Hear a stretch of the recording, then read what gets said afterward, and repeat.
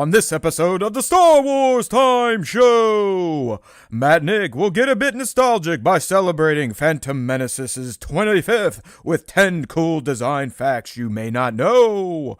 After that, they'll riff on the newly announced Star Wars trilogy from Rebels co-creator Simon Kinberg.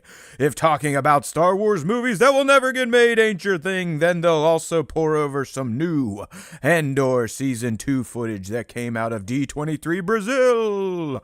Of course, they'll end the show with the question of the week responses and the latest round of top 5 Star Wars fan artist features. Punch it, Chewie.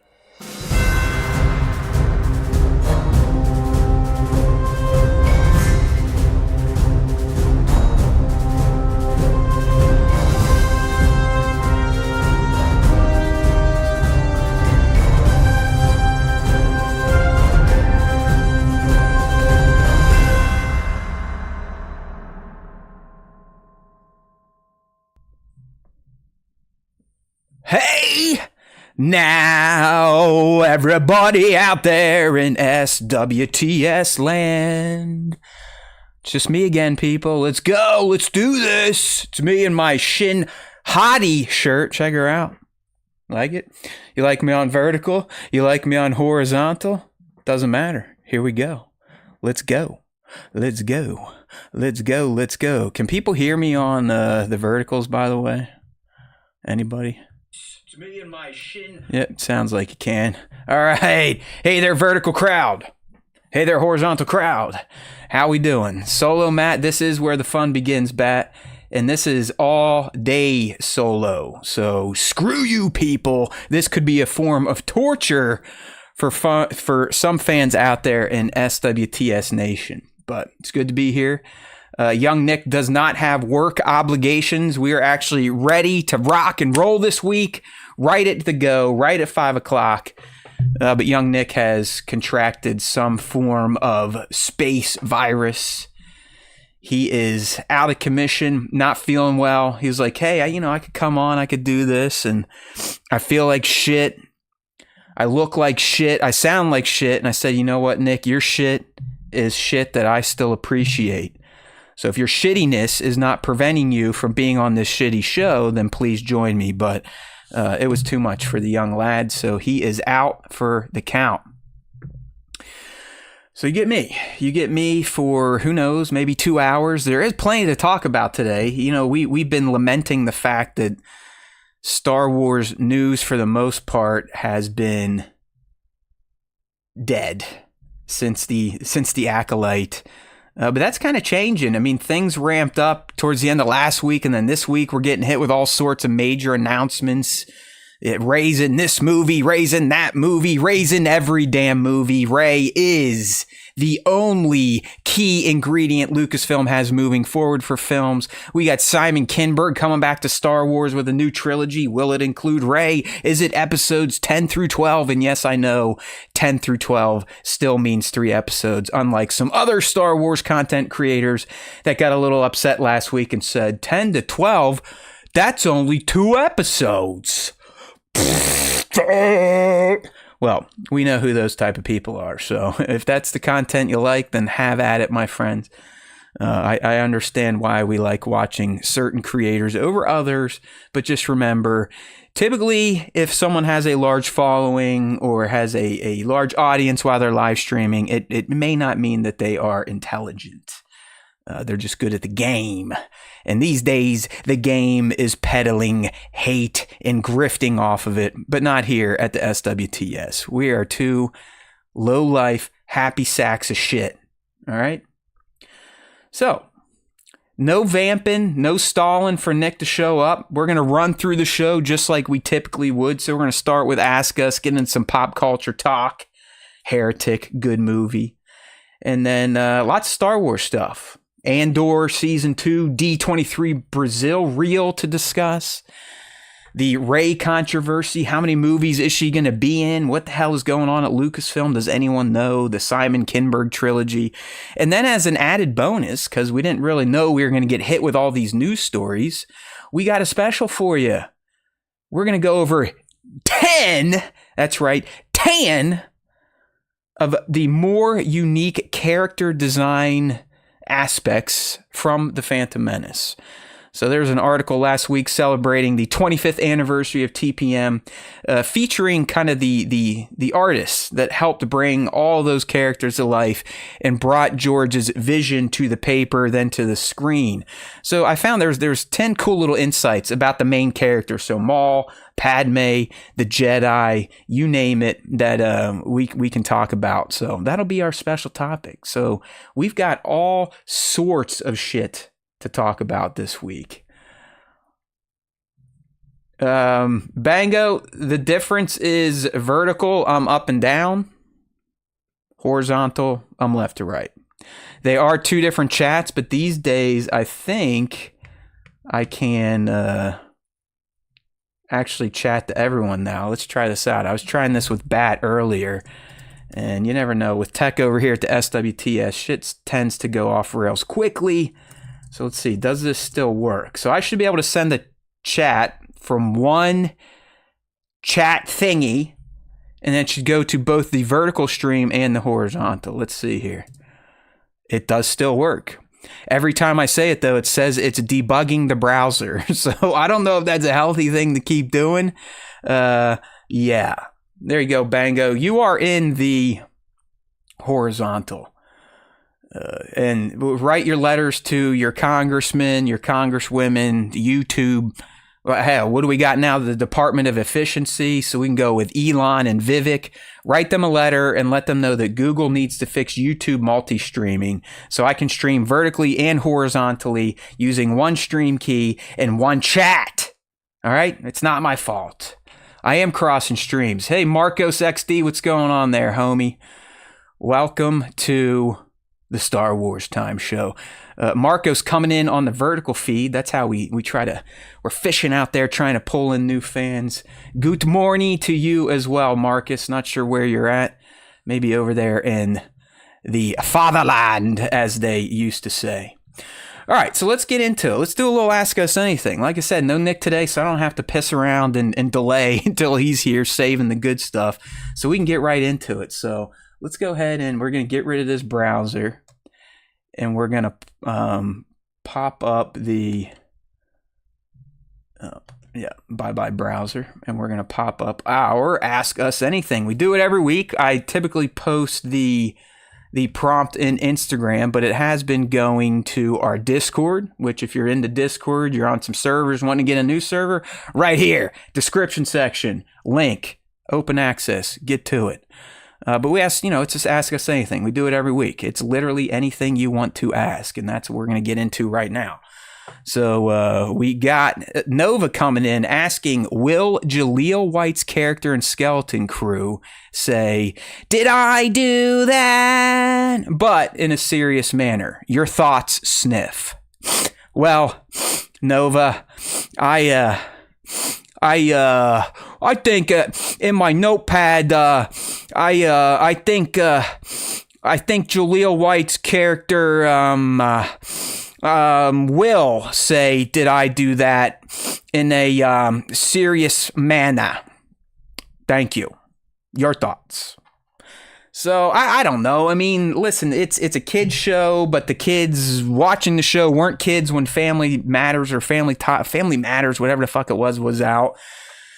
But the people making the show probably were kids when the show was out, so I could see them doing that. But we've also, hopefully everyone's getting used to the fact that Star Wars creatives these days tend to shy away from what we would call as fans, like layup fan service. And what were we just talking about? There was something recently. I mean, even Bad Batch season finale. I mean, we could have got a lot of fan service there, wrapping up Cody's story, letting us know what happens to, Echo and the gang, that type of stuff. It just seems like Star Wars creatives in the 21st century, at least on TV, don't like to go for the easy stuff. Why do that? Why do something that could make the fans happy or scratch their nostalgia itches? But I could see that. And it's going to, I think his name is Gunter in Skeleton Crew, Jaleel White. So maybe it's more like, "Yo, did I do that?" after he blows someone's fucking head off.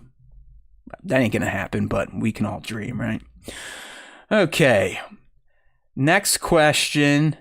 Oh, there you go. Yeah, Nova. I like that. So Nova on the stream. And by the way, if you're not on the stream, you want to try it out one day, good luck. It's the Wild West out here on the stream. But we do them every Wednesday, 5 p. Eastern, as close as we can get. YouTube.com/Star Wars Time Show. So if you're a traditional podcast listener of the SWTS and you want to get into the live stream, this is where to do it. All right. So Nova's saying, I'm thinking one of the kids could say, did I do that? And then Jaleel's character gives them a questioning look. That, my friend, I think is a very, very good speculation on how that could happen. I think that is the way to go. Marcos saying, ¿De qué hablas? I'm a stupid American, Marcos, so we don't have to learn multiple languages over here. But I think that says something about talking, right? Am I right? ¿De qué hablas? Or maybe I'm an asshole? Is that what that's saying? I don't know, man. Like I said, I'm going to need a translator for that, but we appreciate you showing up today. Anyone know what ¿de qué hablas means? Hopefully he's not calling me a pig fucker. All right. So, next question from the fans. What do we got? Oh, he's asking what I'm talking about. Marcos, we're just doing Ask Us Anything. So if you see the question down there, our fans have submitted questions to Ask My Dumbass, and I am responding. Thanks for that, League. Holy hell. Now we got another person. Now we got Bango coming in with, Wir sollten aus an der Sprachen probieren. You guys give me too much credit. I'm just an idiot that talks about Star Wars one day a week in his basement on a ratchety-ass chair that you can see peeling away behind me. So, yeah, I have no clue what you all are saying. Hopefully it doesn't get me thrown into prison. All right, next question here from Bat2797. Here's a good question. Why can't we stop buying Hot Toys?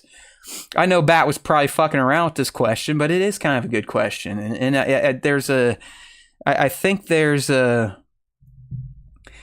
definitely some psychology behind this for us collectors. I know for myself what makes it hard to stop buying any line of toys, and these days Hot Toys are my number one collectible. It's the psychosis that we all have had and have nurtured since we were probably kids. I have a feeling most hardcore collectors probably ended up this way because they had a parent that was also a goofy collector telling them like, hey son, you see this Kenner figure, in 50 years we'll be able to retire on it. That's kind of the shit I grew up with. And it took me many years before I could open stuff, but luckily I broke that conditioning. So it's some of that. It's the nostalgia of collecting and kind of getting that mental high. You do get a high in collecting when that new thing shows up, or back in the day when we could actually find stuff out in the wild when there were toy stores in America. That was a great fucking feeling, you know? I mean, it kind of felt like some drugs. You're out there, you're looking for something, you see the thing on the shelf, and you're like, is anyone else looking? Am I going to get it? Have I finally found it? Have I driven to enough Walmarts, Targets, Toys R Us's to find the grail? Yes. And then you get that feeling of euphoria. So it is. It's just like doing drugs or eating. It makes you feel a certain way. Okay? It gives you that fix without, say, needles or whatnot. So that fix can be strong. It can lead into FOMO, the fear of missing out. And then you start buying figures you probably don't even want, but you're scared to lose out on them. So you're going to buy them anyways. And then collectors can also get into the loop of, well, got to have them all.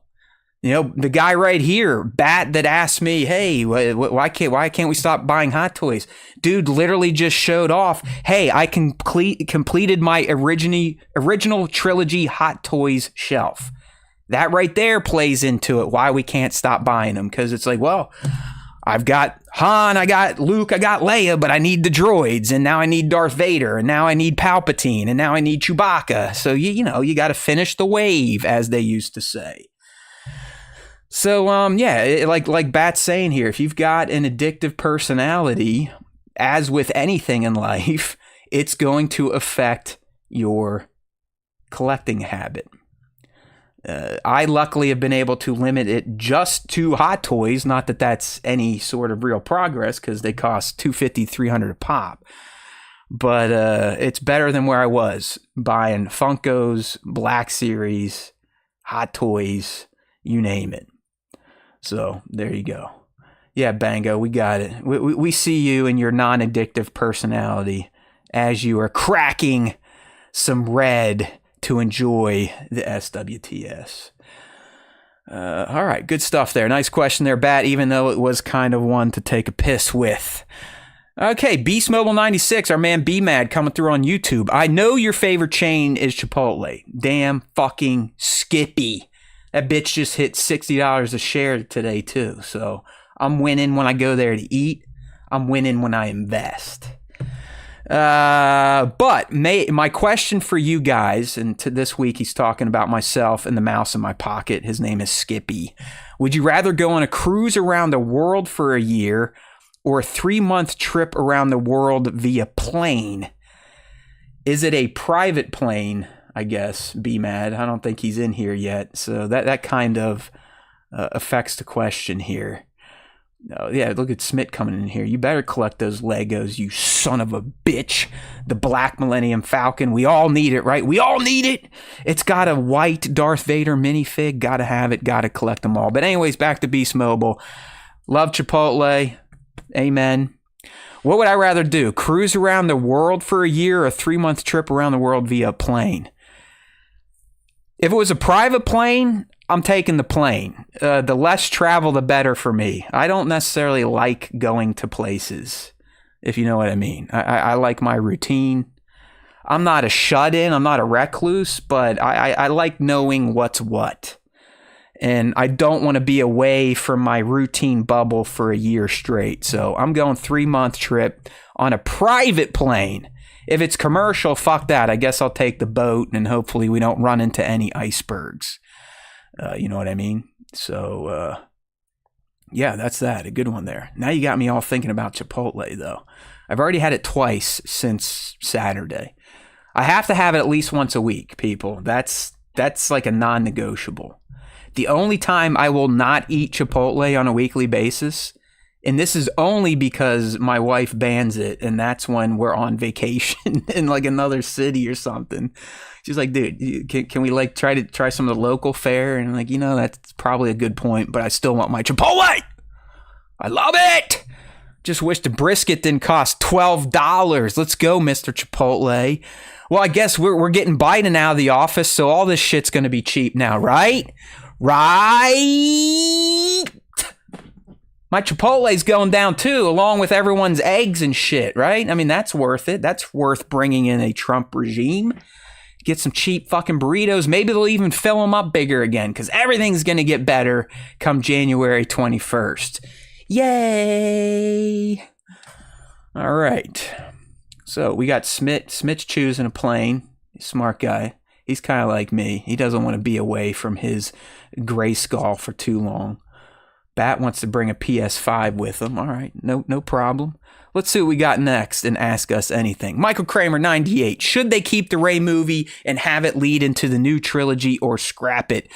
I'll tell you what, Michael, you're a very astute ask us anything asker, because you typically key into one of our main topics. So I'm not going to ignore you, but we will be covering this. Again, me and Skippy, we will be covering this in-depthly here in a little bit about the Rey movie. If you want a quick answer, no, don't scrap the Rey movie, because they don't know what the fuck's going on. So the Rey movie has at least been discussed multiple times and announced at a celebration, giving it more legs than the new trilogy we just heard about last week.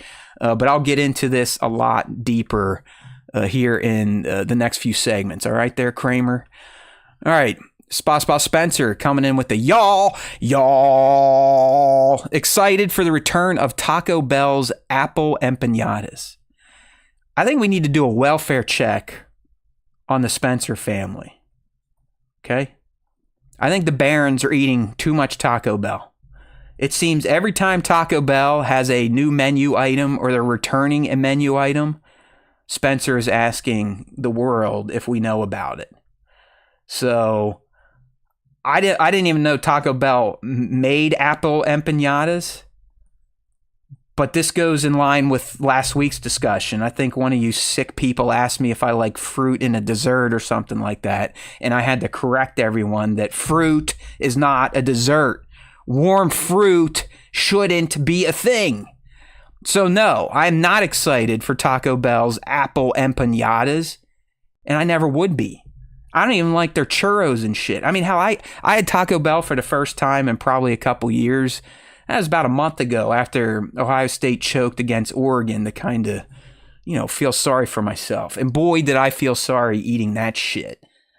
It really is. I'm not going to lie. I mean, no shit talk against Taco Bell. That stuff is good going down.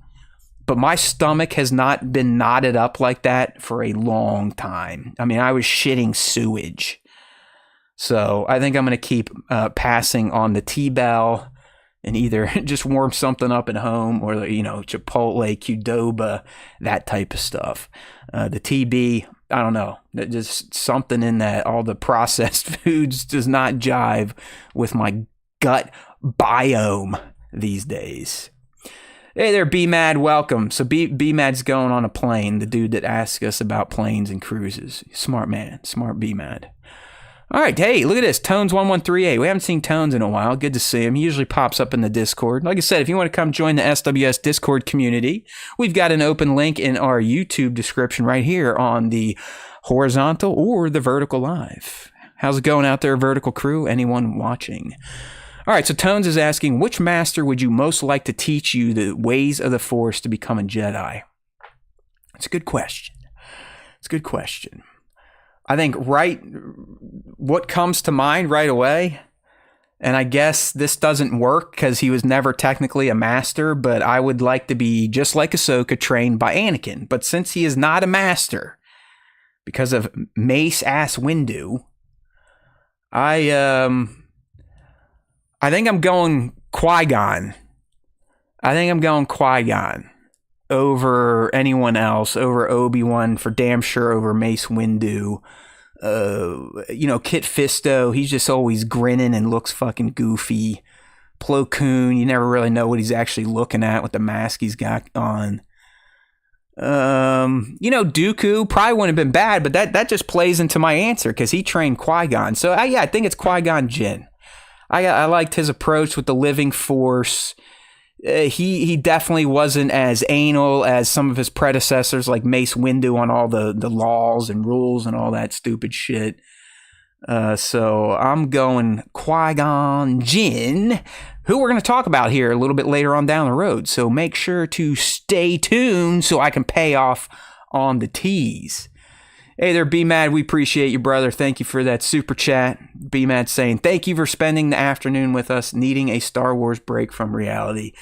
Well, pal, that's what we'll be doing in perpetuity, or at least until the channel gets shut down for not following great leader. You know what I mean? Who knows, dude? I'm with a lot of you. It's like we can pretend that things are going to be fine, but pretend is the key word there. So, but we're not going to talk about that shit. We'll stay away from it. This is our little Star Wars pop culture nonsense safe space these days, and we're going to keep it that way. Bango, he's going with Qui-Gon Jinn as well here in the live stream chat. Oh yeah, that's right. I can't click on that anymore. All right. So Bango also thinking Yoda would be good. I couldn't handle Yoda's fucking backspeak and the fact that he's just a shithead. I know I took it on the chin. I put out a clip, which, hey, we do throughout the week. If you don't like watching the full 2.5 hours of the show, which I do not blame you. I don't know if I could do it. I got to sit here and perform for 2.5 hours, and I don't know if I really like it, so I don't blame you that don't want to watch it.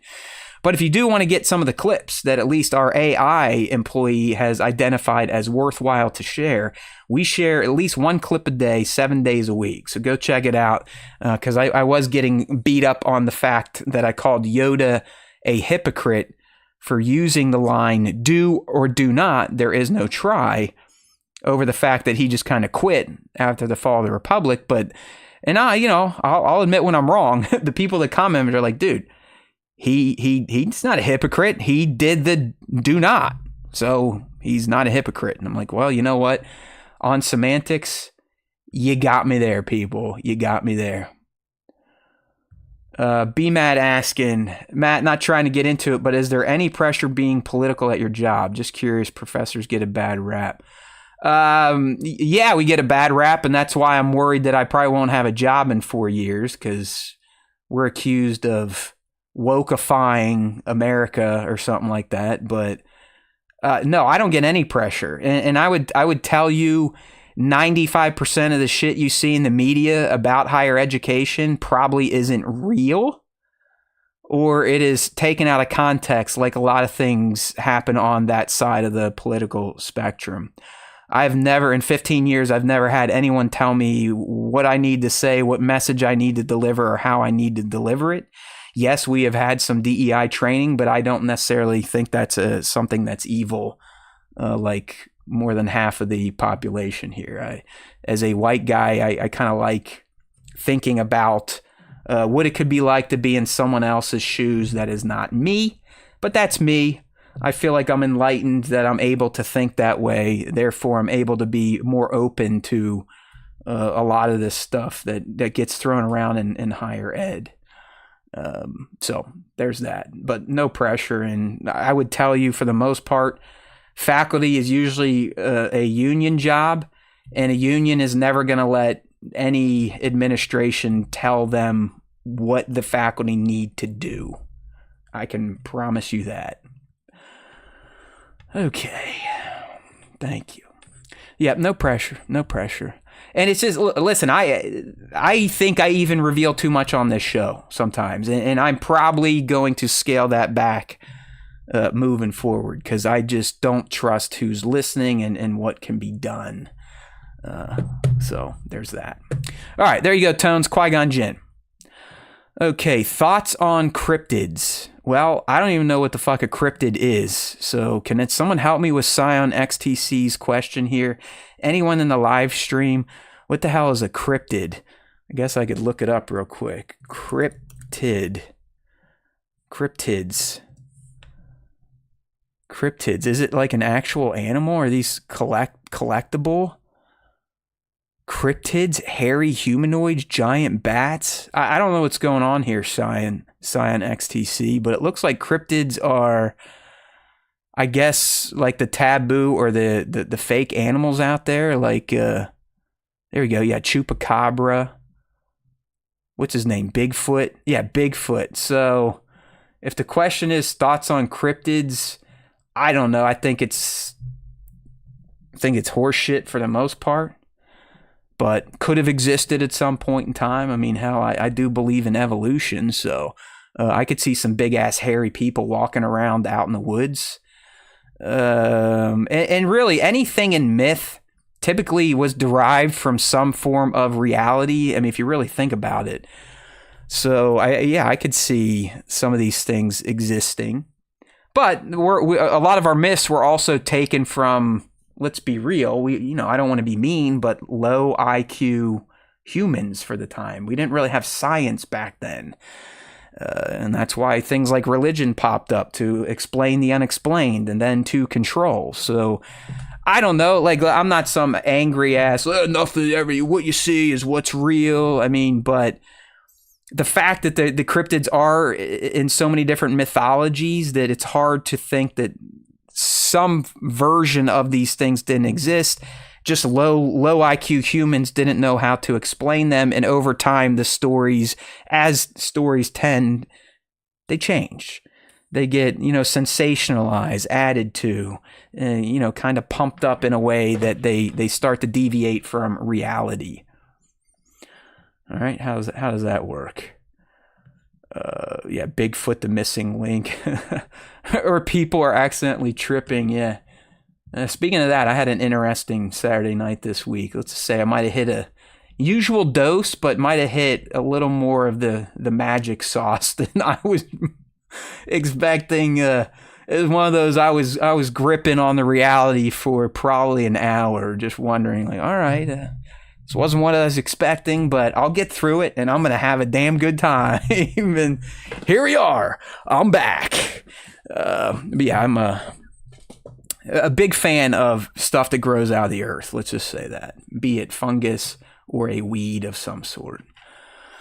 Okay, so you got me there, Scion. We worked through it. Cryptids. It's like, hey, sure. It's got to be rooted in reality somewhere.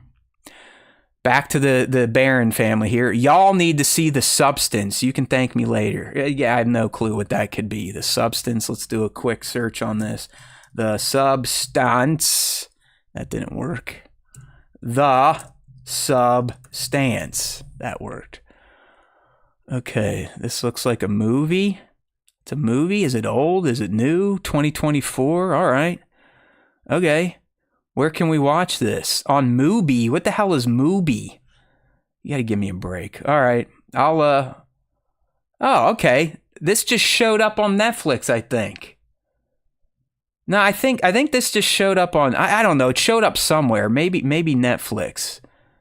Demi Moore's in it. She's like an aging actress, and her agent's kind of giving her the hook, if you will. All right. Okay. All right, Spencer. I will add it to the list. I know I've seen it, scrolling through the 5,000 things I have to watch every night that I never end up watching. Hey, here we go. Bango. Question. I've been playing through the Uncharted games the last week or so. So, would you like to see something like that in the Star Wars universe? And which format do you think best suits it? Series, movie, game?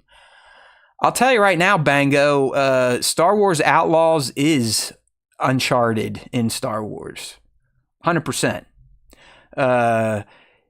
It's like almost a knockoff of the Uncharted formula. The gameplay is very similar, so there's a focus on stealth.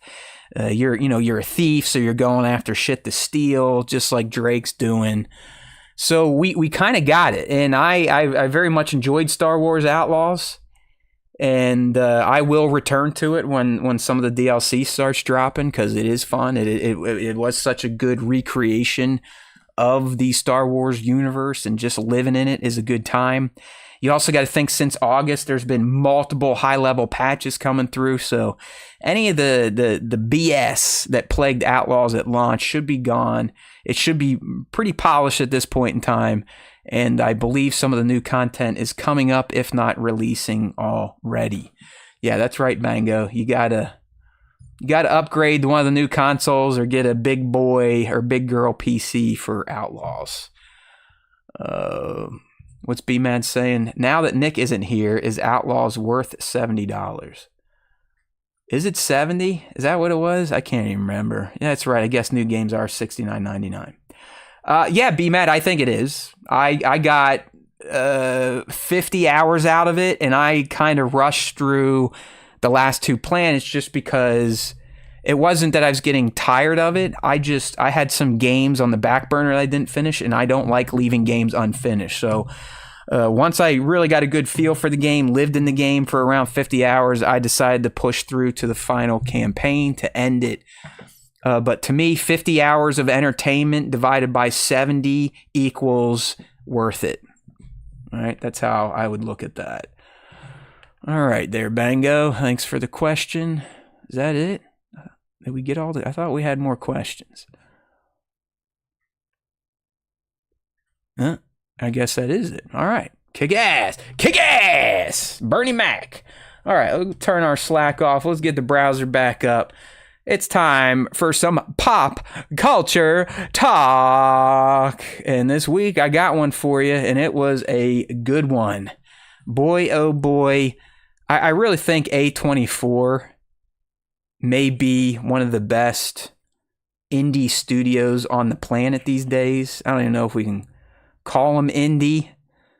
But their latest, Heretic, starring Hugh Grant, and a Star Wars actress. It was the female Vespa leader from the Book of Boba Fett series.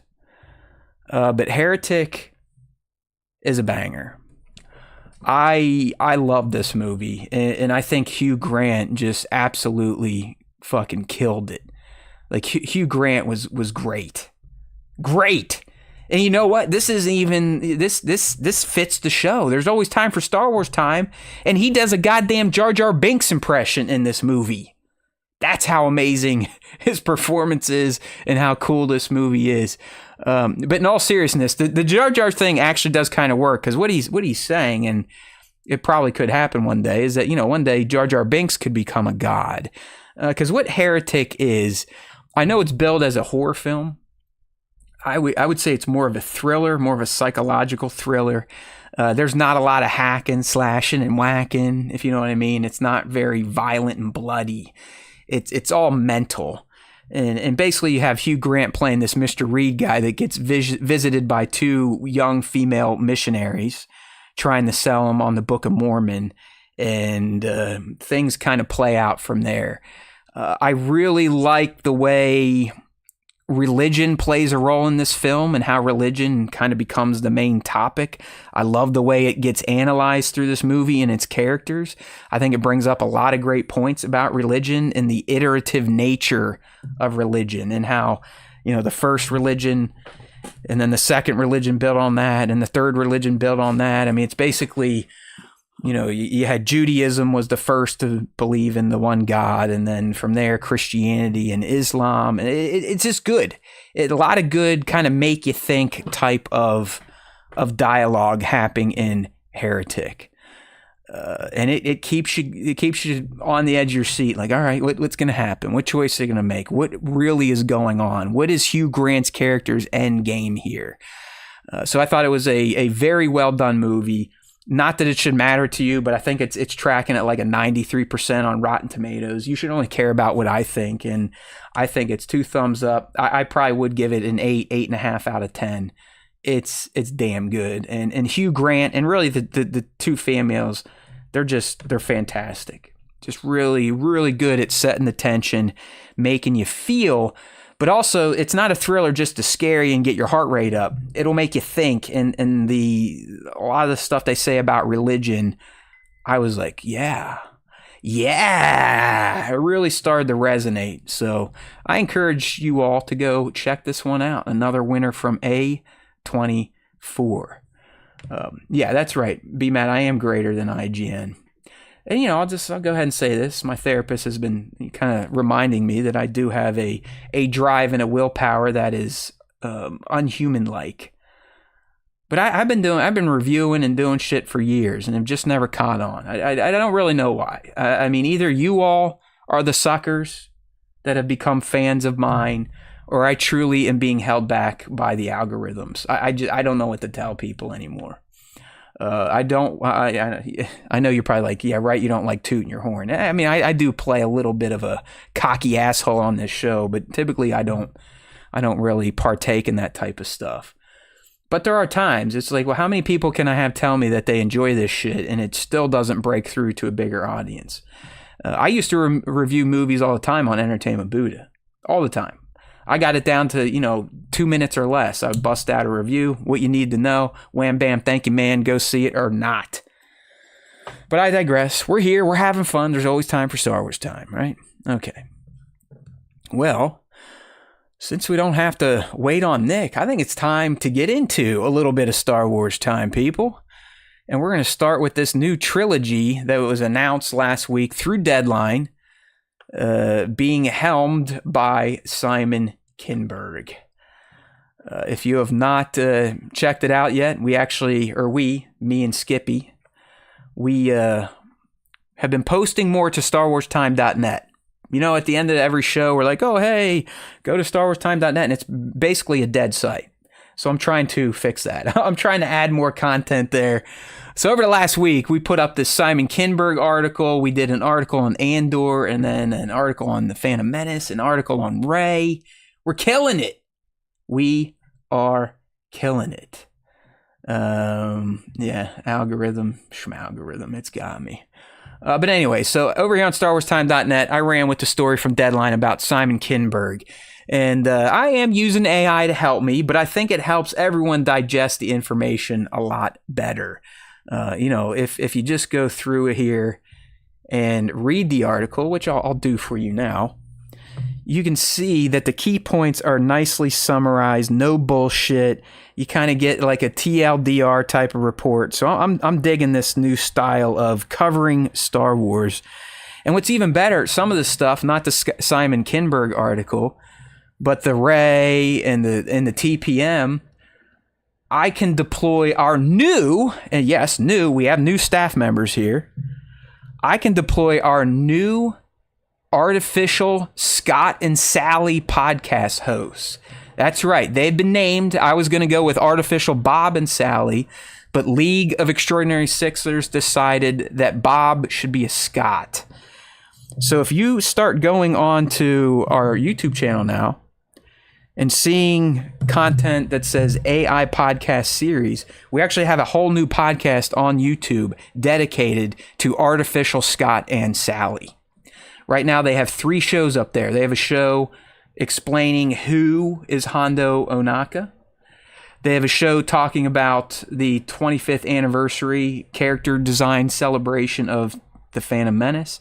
And then today, we've got Scott and Sally talking about this movement behind Rey and how she is supposedly the key to Star Wars movies moving forward. All right. I think I'm just going to turn on the auto chat bubble since I don't have Nick to kind of look at some shit. So your messages are just going to start popping up on screen. I'll try my best to catch ones that warrant a response. How's that sound? I think I'm going to hide this thing too. All right, but thank you. Ben Rye, most Star Wars fans are busy complaining to watch positive, balanced views. That's for damn sure. That is for damn sure. So let's get into this. What is this Simon Kinberg shit? Hey there, Cole, coming in from Scotland. Good to see you, pal. But anyways, here's the lowdown. Lucasfilm and Kathleen Kennedy have officially signed a deal with Kinberg to write and produce 3 new Star Wars movies. That, in and of itself, is growth, my friends.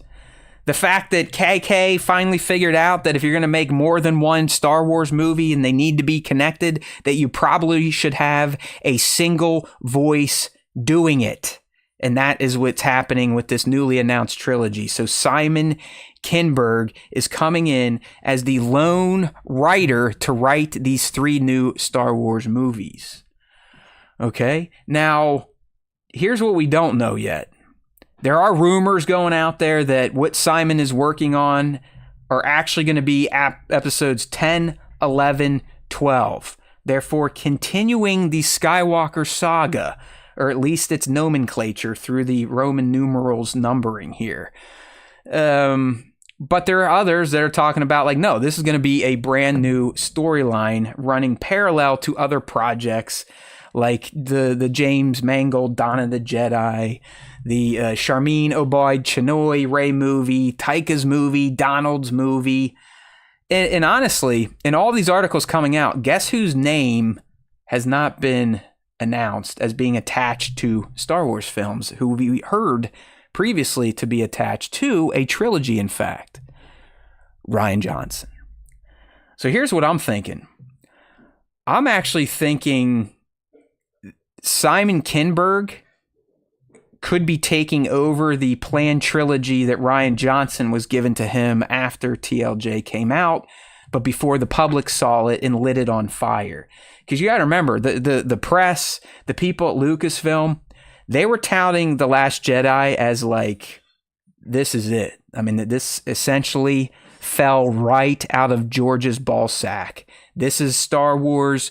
We love this guy. You're going to love Ryan. You're going to love him so much. You're going to love this movie so much. We're giving him a trilogy. Done deal. Well, guess what? That has not been talked about for years. In fact, I think his trilogy was just now supposed to be coming out. So I think Simon is more than likely taking over the trilogy that Rian Johnson was gifted. I do not think it's going to be episode 10, 11, and 12. And, you know, yes, it could be. But did Lucasfilm not go out of their way when The Rise of Skywalker came out to say this is the end of an era? This is the end of the Skywalker saga blah, blah, blee, blue, blah. You know what I mean? So maybe they'll stick to that. Maybe they won't.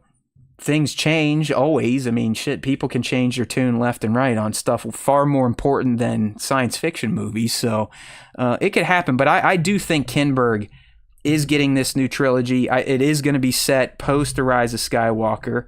And I do, once we get to the Rey story, I think Rey will be involved. I don't think she's going to be the main of Simon Kinberg's trilogy.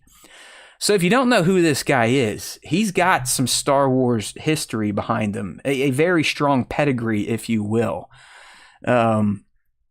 This dude co-created Star Wars Rebels, all right? Simon Kinberg co-created Star Wars Rebels, one of the best animated Star Wars franchises on the planet.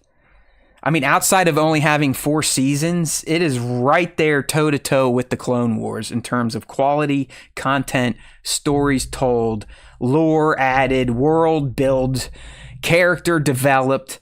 I mean, Star Wars Rebel was awesome.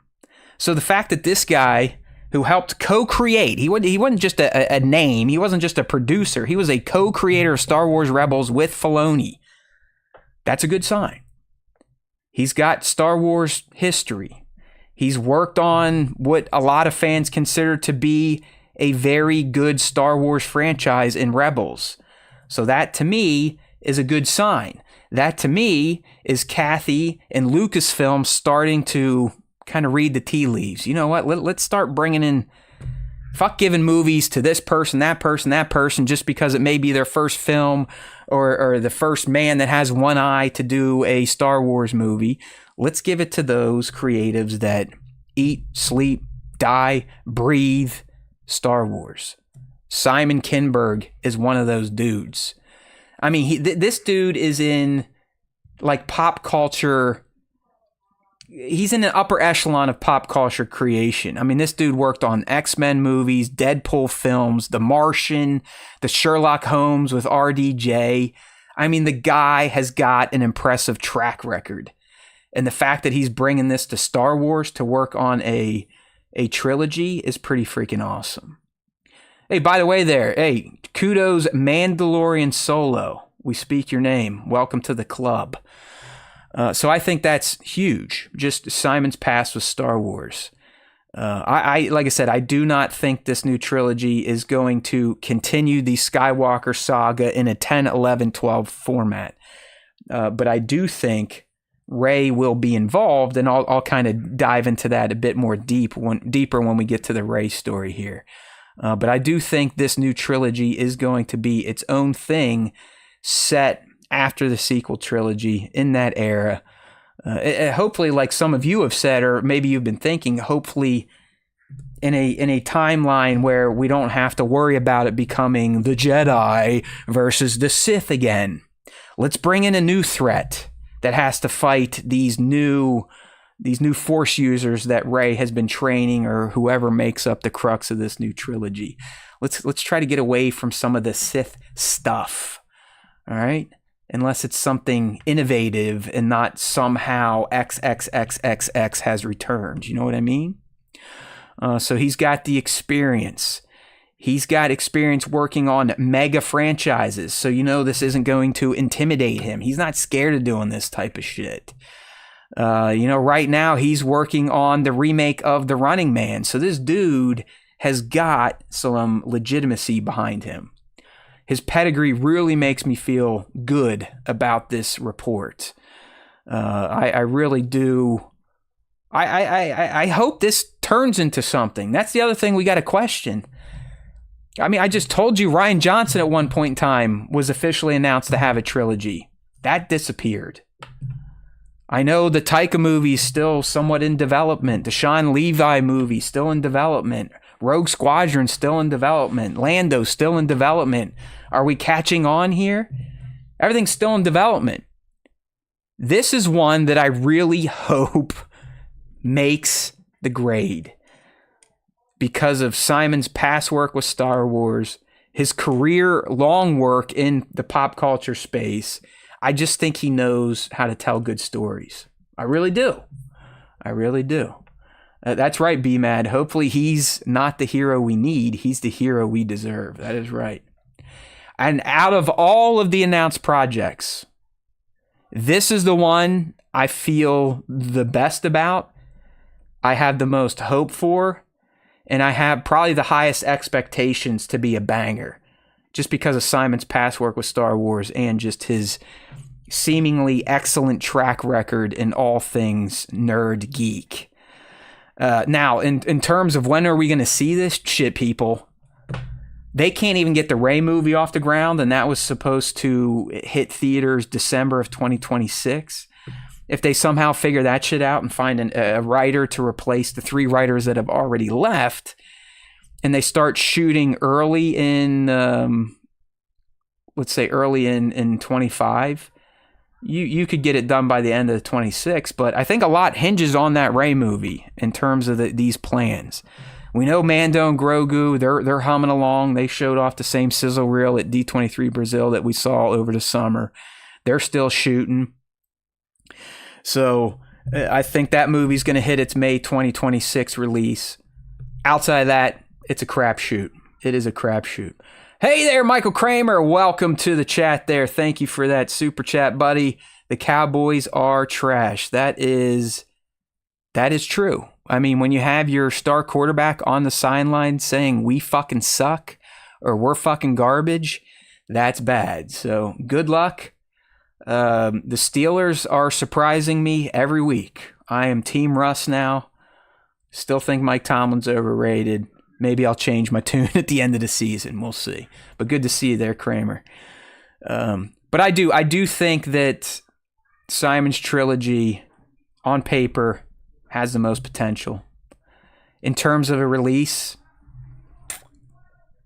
honestly, since it hasn't even been officially announced by Lucasfilm, this was just reported in the trades here, I think 2030 at the earliest.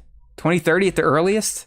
And that's probably too aggressive. All right, see you, Kramer. Nick is on bed rest, so I'll let him know you swung through here. See what you miss, you podcast-only people. It's like just random people pop in. It's kind of like Pee-wee's Playhouse, you know what I mean? We're going to have to start having a word of the week. And B-Mad said it. It's sharing. Ah! I'm sure not many people got that reference. Go check it out. Pee-wee's Playhouse. Choice shit. What sucked the most about my youth is I had CCD on Saturdays, so I had to miss Saturday morning cartoons in Pee-wee's Playhouse. But luckily, my dad's a degenerate and recorded it for me. So, thank you. I know you are, but what am I? All right, some other things you might be asking yourself about this Simon Kinberg trilogy. Will he be directing any of the films? Well, at this point in time, the source does not know. He is just confirmed as writer and producer, which I think is great. I'm fine if he doesn't direct. Actually, don't direct. Use all of your superpowers on the writing and production. Remember, and I know a lot of you don't know this, George Lucas only directed 4 Star Wars movies. Okay, the prequels, and then A New Hope. And if you're honest with yourself, even you young gens, if you're honest with yourself and you think about at large, what movies does the Star Wars community think are the best? More than likely, you're going to hear Empire Strikes Back #1, Return of the Jedi #2. Lord George did not direct those. Okay? Are we connecting the dots yet? So I'm all right if Simon, as the writer-producer, does not want to direct. Give it to a director. Let the director do their shit. All right? Enough of this bullshit. I'm going to write and direct. I mean, that's what they did to JJ. That's what they did to Ryan. I think that's too much. And I think that's when the creatives get a little too artsy-fartsy, if you will. Yeah, that's fine.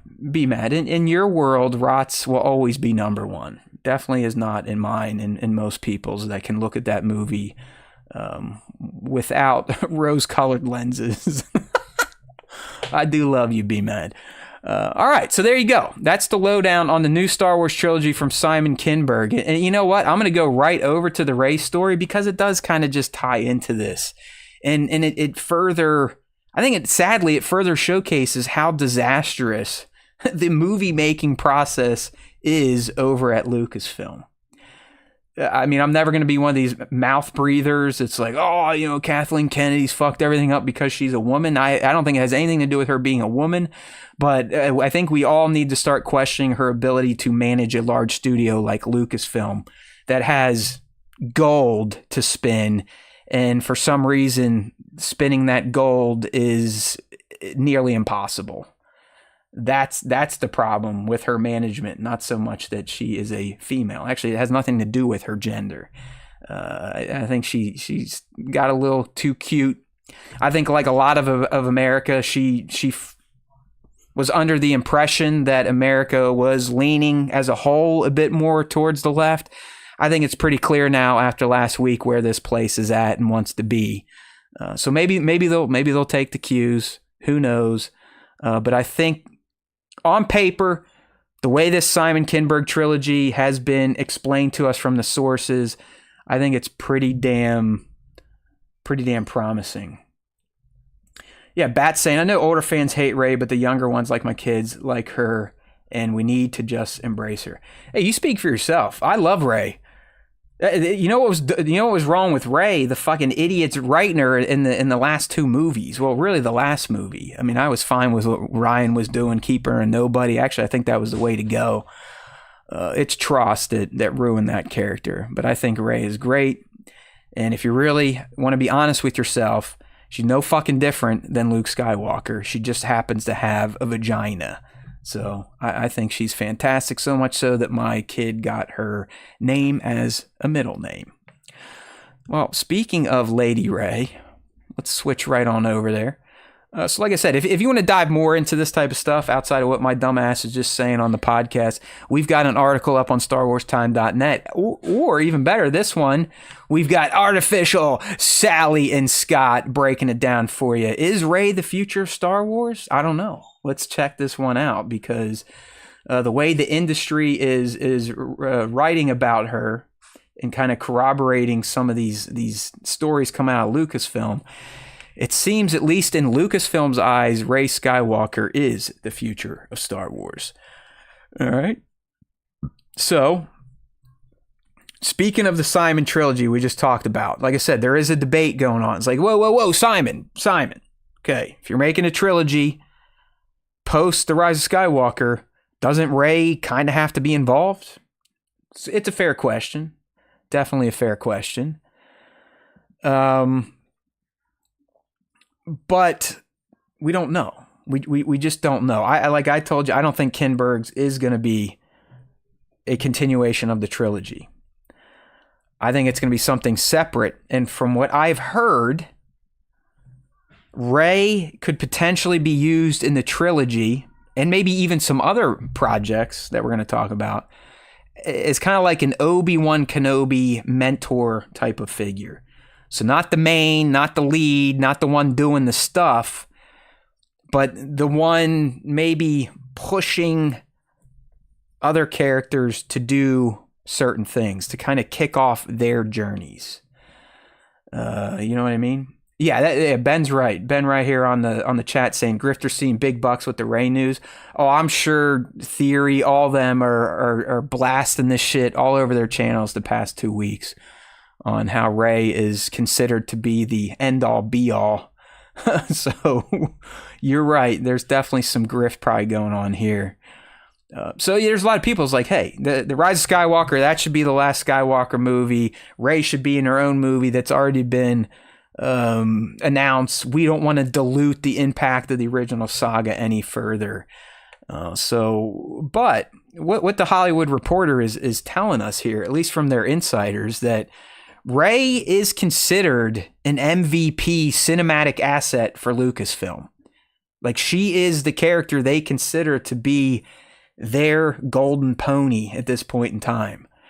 You know, her popularity, the connection to the Skywalker legacy, it makes her a crucial figure in future projects, both the Kinberg trilogy and the standalone Rey movie. One insider went as far to say she is the most valuable cinematic asset, in some ways maybe the only one Star Wars has right now. I don't know. Yeah, I mean, if you want to get away from the Skywalker saga, that's definitely a true statement. All the other Skywalker characters are gone. They were whacked out in the sequel trilogy. So I know she's not a Skywalker by birth, but as much as you people don't want to accept it, Lucasfilm has dubbed her a Skywalker, and she is moving forward as one. And she's going to be in a lot more movies than we may have expected. She's got potential for this trilogy. She's obviously going to be in her own movie that's being directed by Charmin. So why is all this stuff happening? Why is there no clarity? What the hell is going on at Lucasfilm when it comes to these projects? Well, one challenge that was brought up in this new report is that Lucasfilm is facing these challenges of creating compelling stories and characters that can stand alongside the iconic characters from the OT, right? All the beloved characters are gone. They're not available for new stories. A few are, but not the mains. So there's a void that's become difficult to fill for Lucasfilm. You know, they have sources noting that, hey, Star Wars heavily relies on nostalgia. And Lucasfilm and the creatives they are hiring are running out of ways to create new nostalgia. So I can't necessarily deny that. I know a lot of times when I get the most moved by Star Wars, it is going to be nostalgia. And we've gotten it a little bit. Luke showing up in the end of season 2 of Mandalorian. C-3PO showing up in season 3 of The Mandalorian. Stuff like that. I mean, think about what that makes you feel like, especially if you're in the older generations of fandom. Nostalgia is strong in Star Wars. But Lucasfilm can't really figure out how to create new nostalgia. Even the stuff I talked about, it's in new properties like The Mandalorian, but it's still kind of relying on that Skywalker punch. So, you know, with all this Rey stuff and Rey being the most important cinematic character and Rey needing to kind of drive Star Wars cinema returning, are we going to see conflicts between the trilogy and the standalone Rey movie? Well, there's no confirmed conflict at this point in time. But you got to think about it. Whenever we're trying to simultaneously develop a Star Wars trilogy, a Rey movie, there's going to be some questions being raised. And how's this going to be done? How's Rey's story going to unfold in an acceptable manner if she's required in this standalone movie, but then required in this trilogy? You got to think about schedules. You got to think about the writers lining up their stories. Like, oh shit, Simon wants to do this in the trilogy, but Charmin wants to do this in the standalone. This starts to beg the question, like, are we just getting back to a sequel trilogy problem where we got too many cooks in the kitchen, too many projects being worked on at once?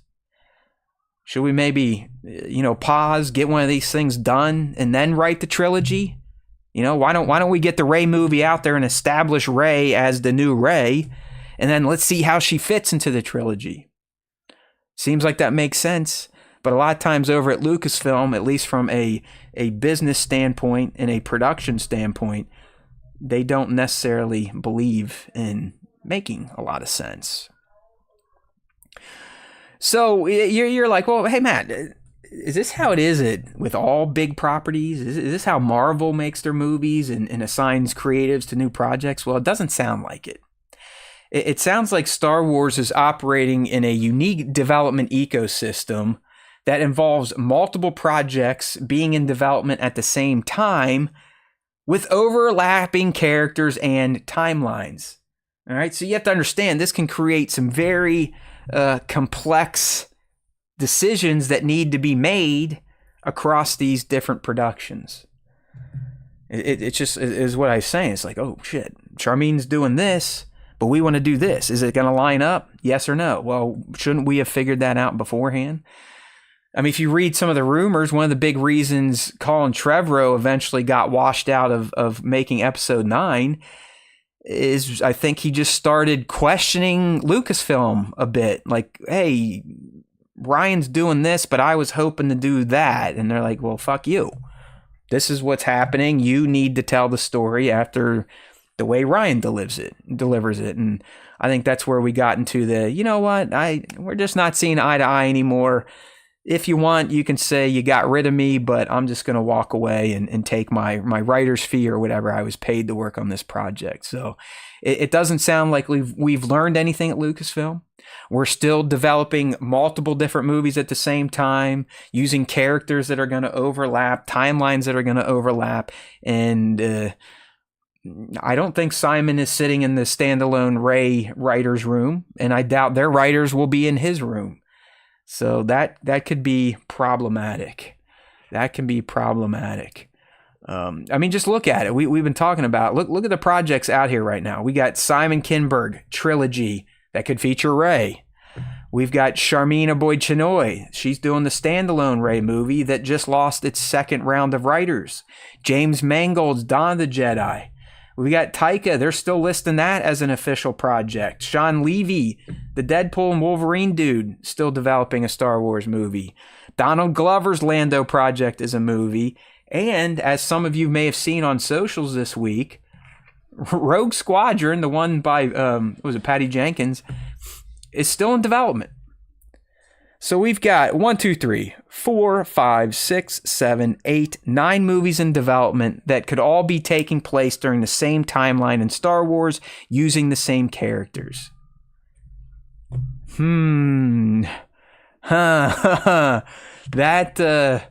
That could be a recipe for disaster. Or if managed correctly, we could be in store for 10 years of peak Star Wars content. Getting away from the Skywalker saga, creating new nostalgia in a new era with new characters. That to me is exciting. But it's hard for me to keep these fanboy glasses on after all these years of having projects announced and then they don't turn into anything. So Lucasfilm, to me, they are the studio that cries wolf.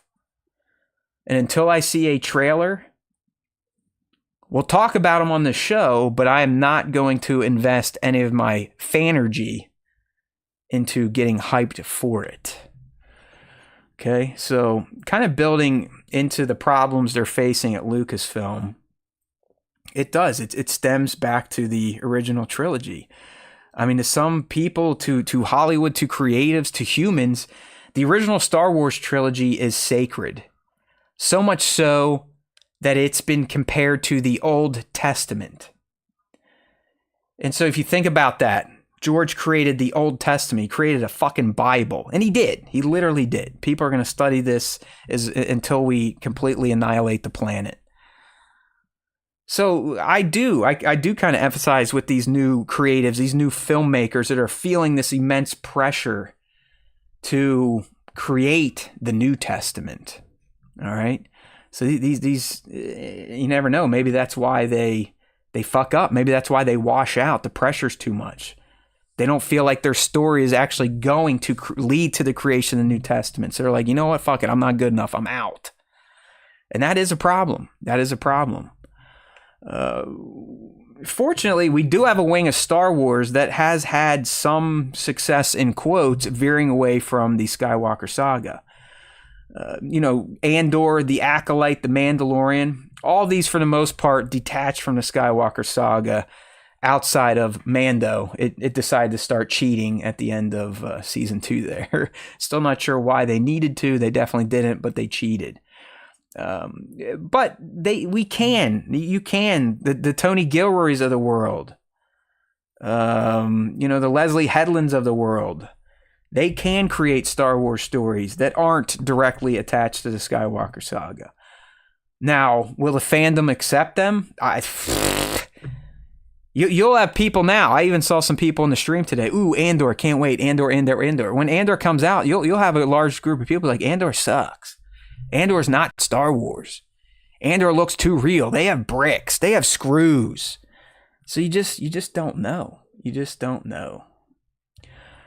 And really, what we're going to leave this on, and what we just have to hope Lucasfilm figures out, is that they really need to decide, are we going to keep continuing on the Skywalker saga, or are we going to hunker down and create entirely new standalone stories? So they got to figure out a way to balance our desire for nostalgia with the need to create these new, fresh narratives that should shape and determine the future of Star Wars. Bad. There are no bricks in Star Wars.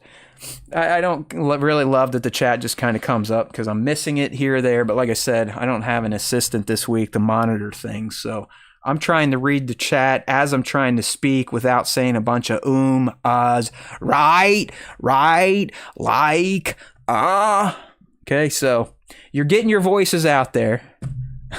But I may not be directly replying to a lot of your chats because they just auto pop up in my window, the overlay there. And then once the next chat comes in, they'll get taken down unless I wipe one away if it's been up there too long. So there you go. I've caught you up on the Simon Kinberg. I caught you up on the Rey is the future of Star Wars movies. Let's go to that Andor, right? Fuck the Empire, as Marva said, and then Lucasfilm said, no, you can't swear in Star Wars, except you can say hell, right? Han Solo has done it, you sons of bitches. All right, Andor, here we go. What happened to my screen here? Hold on a sec, my screen is not updated over on the vertical stream. Timeout. Double timeout. Hopefully we'll do a time in here in a second.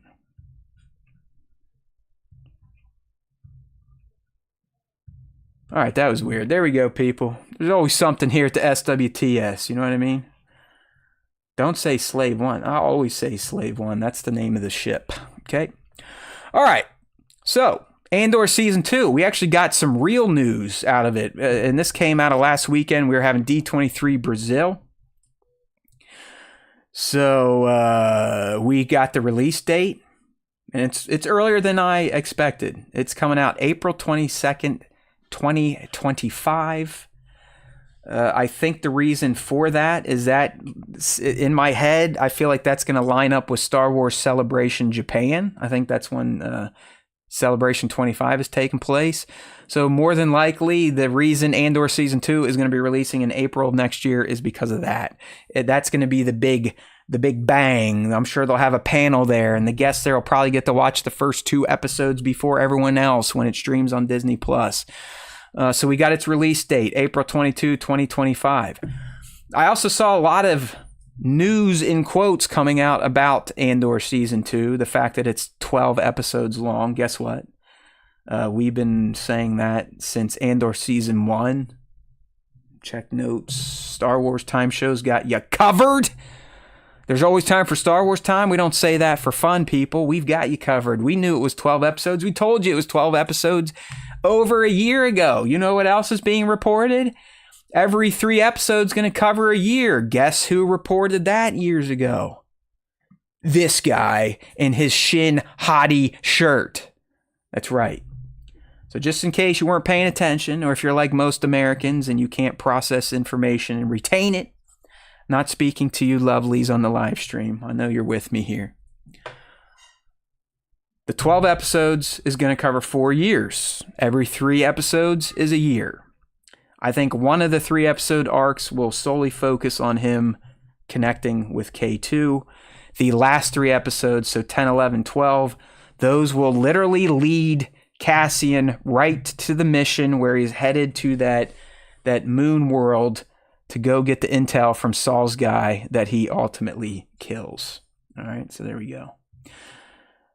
Will they cuss in Skeleton Crew? No. You might get a dank ferric. You might get some in-universe swears, but nothing English-based or basic, whatever we want to call it. All right, so we get the release date, April 22, 2025. The way they're rolling these days, is it going to be a 2-episode premiere? What do we got? We got a 3-episode premiere for Andor Season 1. So this one, I think, will come down to Lord Gilroy. I think Lord Gilroy will be the ultimate decision maker here because it's going to base on how is his story going to get cut up. So I could see Andor Season 2 premiering with 3 episodes to take us right through one of the years that Season 2 is going to cover. So we'll see what happens when that comes out. Yeah, Ben's asking, I'd love to see Jinn again, but she just doesn't make sense for the story. I think the only way to work her in that would be cool without her dominating an episode or the series would be if we just casually see her with Saul, because she may still be hanging with Saul at this point in time, or maybe she has left and started doing her ne'er-do-well type of stuff. But if Jinn's featured in any ways, it has to be pure cameo to the point where she doesn't even have a line. I mean, it could be maybe the Rebels have something up on the HoloNet with her image on the background that, we know what that means. We know that's ultimately going to lead to her rescue mission, but I don't think it gets much more detailed than that if Jinn shows up in Season 2. All right, so we got the release date, April 22, 2025. But we also got a sizzle reel, which is actually, I'm going to hide it on this stream. Knowing these people, they'll arrest me. But the sizzle reel, it was for all Disney Plus stuff kind of coming up. But we got our first look at Andor Season 2. There's definitely a few scenes in there that I'm going to cover briefly, and we'll kind of do that now. There wasn't really much that I think we can really start to speculate on. But we did get a few shots. The world's looking great. Cassian's looking great. I love the color palettes that Tony and his team are going with. I mean, really, every still just felt like, fuck, this is lived in Star Wars. This is Gilroy Star Wars. We're coming back. Bat in the chat here saying, I'd like to see Andor cross paths with Han and Chewie. I saw you bring that up in the Discord, Bat, and it's not going to happen. I hate to bust your bubble there. But you got to think at this point in time, Han and Chewie, their job is number one motherfucker. So they're out there smuggling. They had no real interest in the rebellion, even when they were working with the princess. At least Han did not. So I don't know story-wise how they would make sense. Unless Han was dropping off another shipment of coaxium, but I don't think they're going to do it. That is so out of Tony Gilroy's character, Bat. You should know better, okay? You should fucking know better. There's no way Lord Gilroy is bringing in some all-stars, especially if he has to use Alden Ehrenreich. No way, says Tony Gilroy. All right, let's take a look at a few of these slides here. Okay.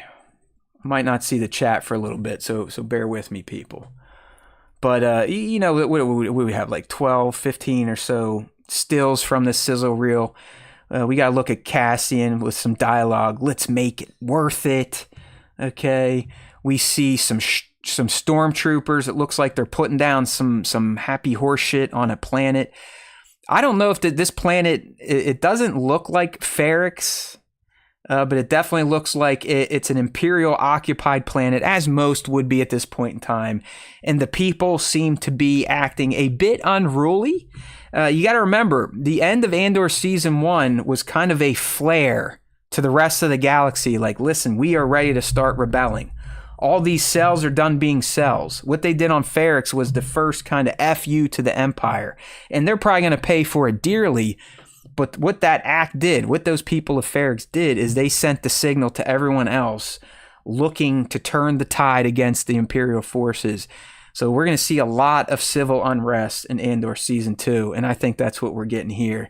There's some shit going down in a town square, and the stormtroopers are being brought in to deal.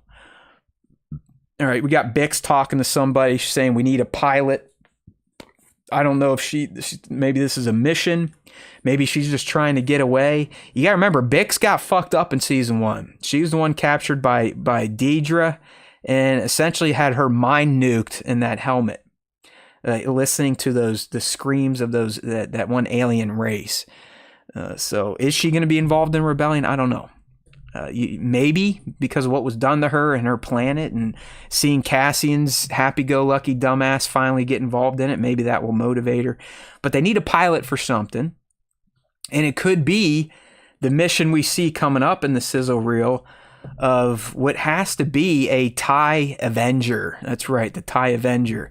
I believe the TIE Avenger ultimately becomes the TIE Advanced, but this could be the first TIE Avenger we are seeing in live action. All right, you ship people out there, you might know more than me, but I believe the TIE Avenger, this would be the first time in live action. It's definitely not a TIE Interceptor, you can tell that. And it's not fully like Vader's TIE Advanced. That's why I think it is the Avenger. So maybe the pilot Bix is talking about ends up being Cassian to steal a TIE Avenger. So we do get some shots of Cassian in the cockpit of this. He's definitely somewhere he should not be. Like Anakin in the Phantom Menace, it looks like he even blows himself an exit to steal this ship. So, is he stealing it for the rebellion? Is that why they needed a pilot? Or is he stealing it as a form of escape? So that's something to think about. And throughout the sizzle reel, we do get some dialogue being spoken from Luthen. There's a scene between Luthen and Cassian where Luthen's like, "You're thinking like a thief." And Cassian says, "I'm thinking like a soldier." And Luthen ultimately will finish that after we get through a few slides. He says, "You need to think like a leader." But the next still we have Cassian. He seems to be in the same town square that we just saw a few slides ago. And he's getting mixed up in the fun. He's doing some blasting, if you will. He could be the reason that the stormtroopers we saw in the first still of the trailer are starting to be unleashed upon these citizens. And really, if we look at this still, it's not Ferrix. They are on a different planet. It seems to be a bit more cultured and not as backwoods as Ferrix. I do not think this is Coruscant, though. So there's definitely some shit going down. You can see we have explosions. Troopers are all lined up, forming kind of a shooting line, or their ranks, their formations. So Cassian's here. There's probably other rebels here. The question is why? Why are they here? You got to think about it. The rebel cells at this point, they're going to be more coordinated. They're going to be going after bigger targets, bigger wins, which means bigger stakes. So are they here to get the TIE Avenger? Are they here to steal some secrets? Are they here to smuggle someone, either get a prisoner back from the Empire, or maybe smuggle an Imperial to question them? So that should be interesting to think about there. Okay, so moving right along with the last few stills here from the Andor Season 2 sizzle reel. There we go, like Luthen said. He's telling Cassian, you need to think like a leader. Stop it. Stop thinking like a thief. I don't need you to think like a soldier either. I need you to think like a leader. And ultimately, we know Cassian does get there by the end of Rogue One. There's a shot of Cassian in what appears to be, he's going to have at least four jackets. Right, people? Is he going to get a new jacket every year of the story being told? But if you look closely here, this is Yavin. So, and we knew, Tony told us we would make it up to where the rebels start amassing on Yavin at the Masas temples. So you can see one of the temples in the back. You can see a lot of the rebels gearing up. They don't quite have their rebel garb yet. We don't see a lot of orange pilot suits or shit like that, but I'm pretty sure this is Yavin 4, the early stagings or the early massing of the troops. Here, like I said, Bix, she doesn't look well, which is expected. She had her mind nuked by the Empire. But it's not clear. She, in every still I saw, it does feel like she's trying to run from something or get away from something. I'm just not sure if that's getting away from Cassian and rebels and potentially getting in trouble, or doing rebellious stuff and trying to get away from the Empire. There he is again, Cassian in the TIE Avenger. This is the way he's making that face. To some of you, it might look like he's trying to take a massive shit, or that he's impacted, and like Ronnie the limo driver, he needs to stick his hand up there to clear himself.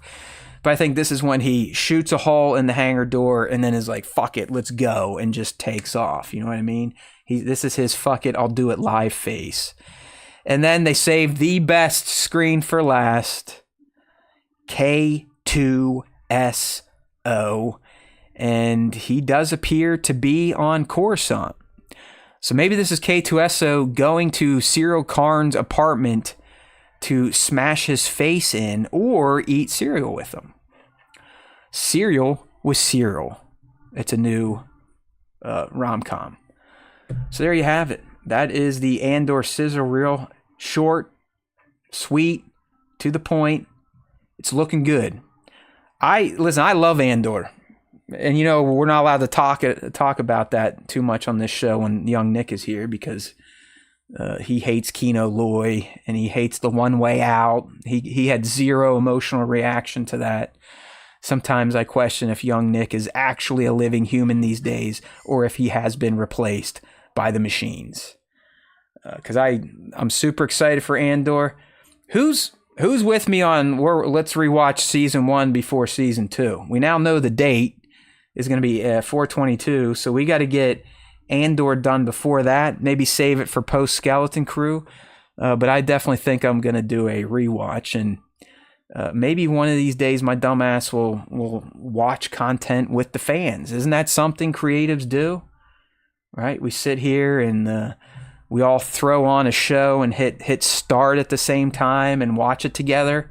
Isn't that a thing? So maybe here or there I'll try to do that myself some of these nights. Just throw up a live and put on an episode of Andor, and I can't show it to you, but we'll watch it together and talk about it while we're watching it. Maybe that could be a channel members only type of thing. Bat wants to rewatch Ahsoka. I'll get there. I'll do that once Ahsoka season 2's out. Ben, they're rewatching. So yeah, I think an Andor rewatch is definitely in order for a lot of us, because it'll be almost 3 years before we get to see it again, which is the old seems to be the new cadence of streaming content. So, all right, well, yeah, I'll watch a little Andor season 1, maybe an episode or 2 we'll watch together so we can talk about it. Okay. Well, you know what, people? We're doing good on time. Even by myself, I still expend a lot of hot air, it appears. And this thing is still going to go at least 2 hours. So apologies to those of you that thought you were going to get done a little bit earlier than usual here.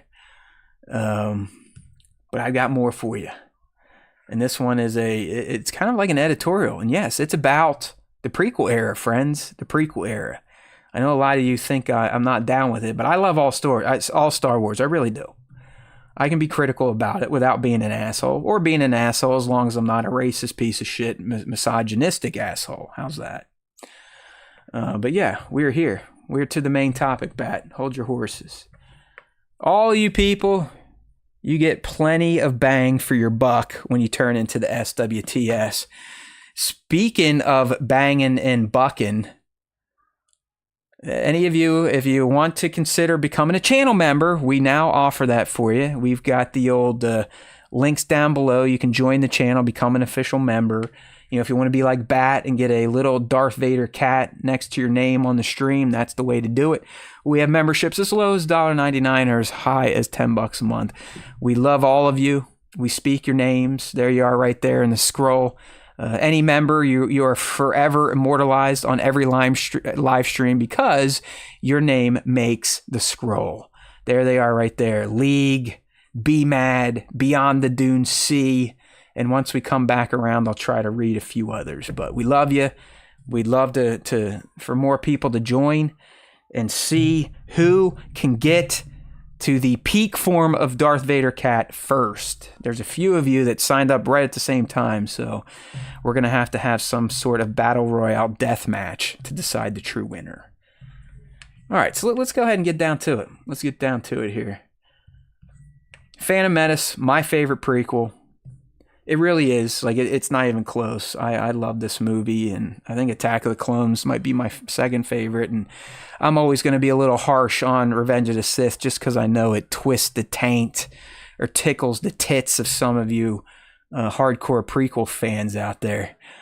But hey, 25 years. It's already been 25 years, over 25 years, hell, 25 and a half years at this point in time, because I'll never forget it. The Phantom Menace released in May of 1999, right when I finished my freshman year of college. I remember coming down back to Columbus, trying to convince people like, no, this is going to be great. Let's wait in line. I got a few people to do it with me on opening night.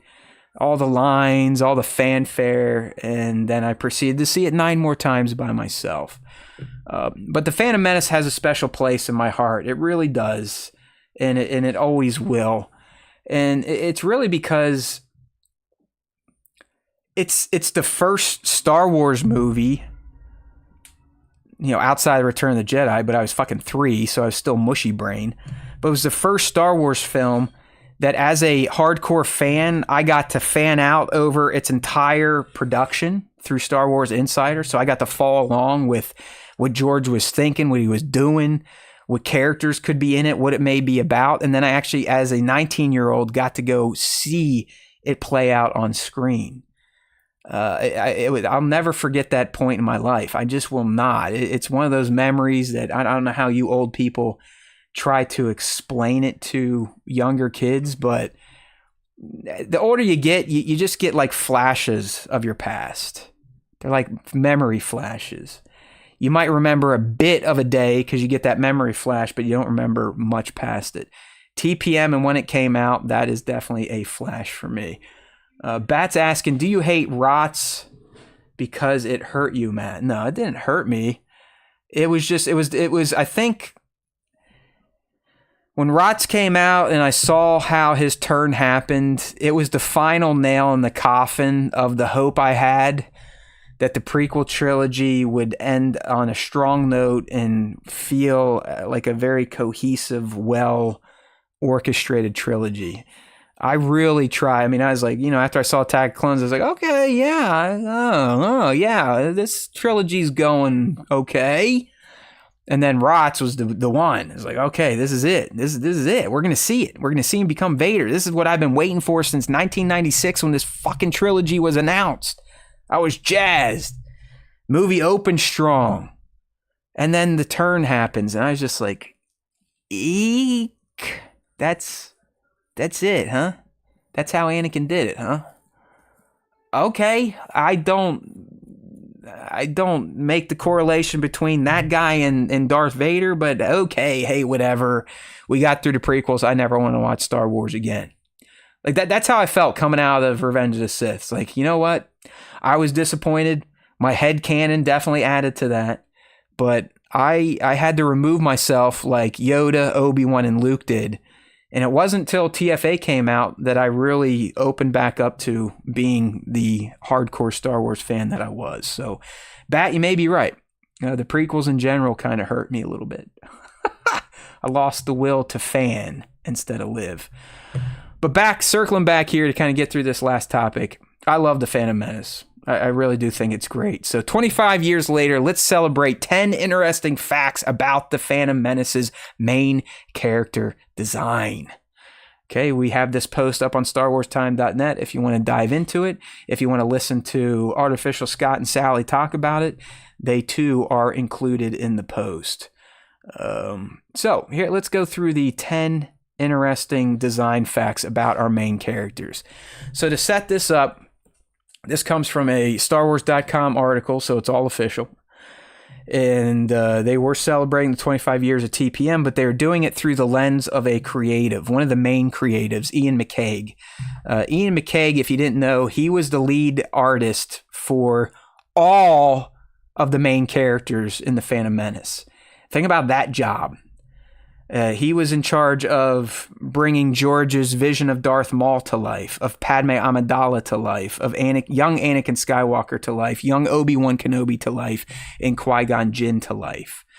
And this is this was the inspiration he was given from George Lucas himself. I find this absolutely, I love it. It's so George. But essentially, when it came time to start explaining to his artists and his creatives what the Phantom Menace was going to be about, who the characters were, this is how George approached at least the character of Darth Maul. I guess he just walked into Ian's room and said, "Darth Maul, he's our new Sith Lord," and then just walks out. He doesn't give him anything, doesn't give him any notes, doesn't give him any sketches, doesn't give him any ideas, just the name, Darth Maul, he's our new Sith Lord. Peace out, bro. So, Ian in the article, he's like, I didn't know if Maul was male or female, an alien, anything. It freaked me out at the beginning that I didn't get much direction. Then I realized that maybe he picked me because he liked my work and wanted me to show him what I thought a Darth Maul might look like. I mean, think about that. Your boss comes in, hey, Bat, Darth Maul, new Sith Lord, peace. And you got to start, what the fuck is a Darth Maul? I've heard of the word Darth before. What's a Maul besides something that used to exist in the 80s and 90s? So, George, we know this if you've watched any of the behind the scenes from the prequels. George clearly enjoys reacting to visuals. Ian says one of his many skills is that he can look at 50 things, make choices, move things around, take a head from this character and put it on the body of that one over there, and suddenly it's Star Wars. We learn to trust him and also to trust ourselves. So while George's method of directing actors by not giving them much direction probably isn't good, it's sounding like his method of telling his creative team what he is envisioning in his head and giving them zero direction actually was a good move. I know Nick and I have joked about this before, but if you have watched the behind the scenes of the prequels, he literally, you'll see it. All the artists, they'll hustle and bustle. George is coming. George is coming. They have all their boards up with all their concept art, and he'll come in with like a stamp or a pen and just go, nope, nope, good, no, I like that head, body, bad. And then he gets his Star Wars characters. So I think that's pretty cool. Like I said, works for artists, not so great for actors there, Georgie boy.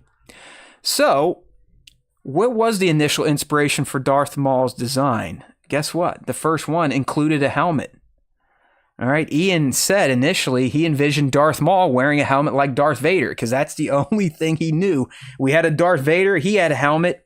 George gave me a Darth Maul. He's got to have a helmet too.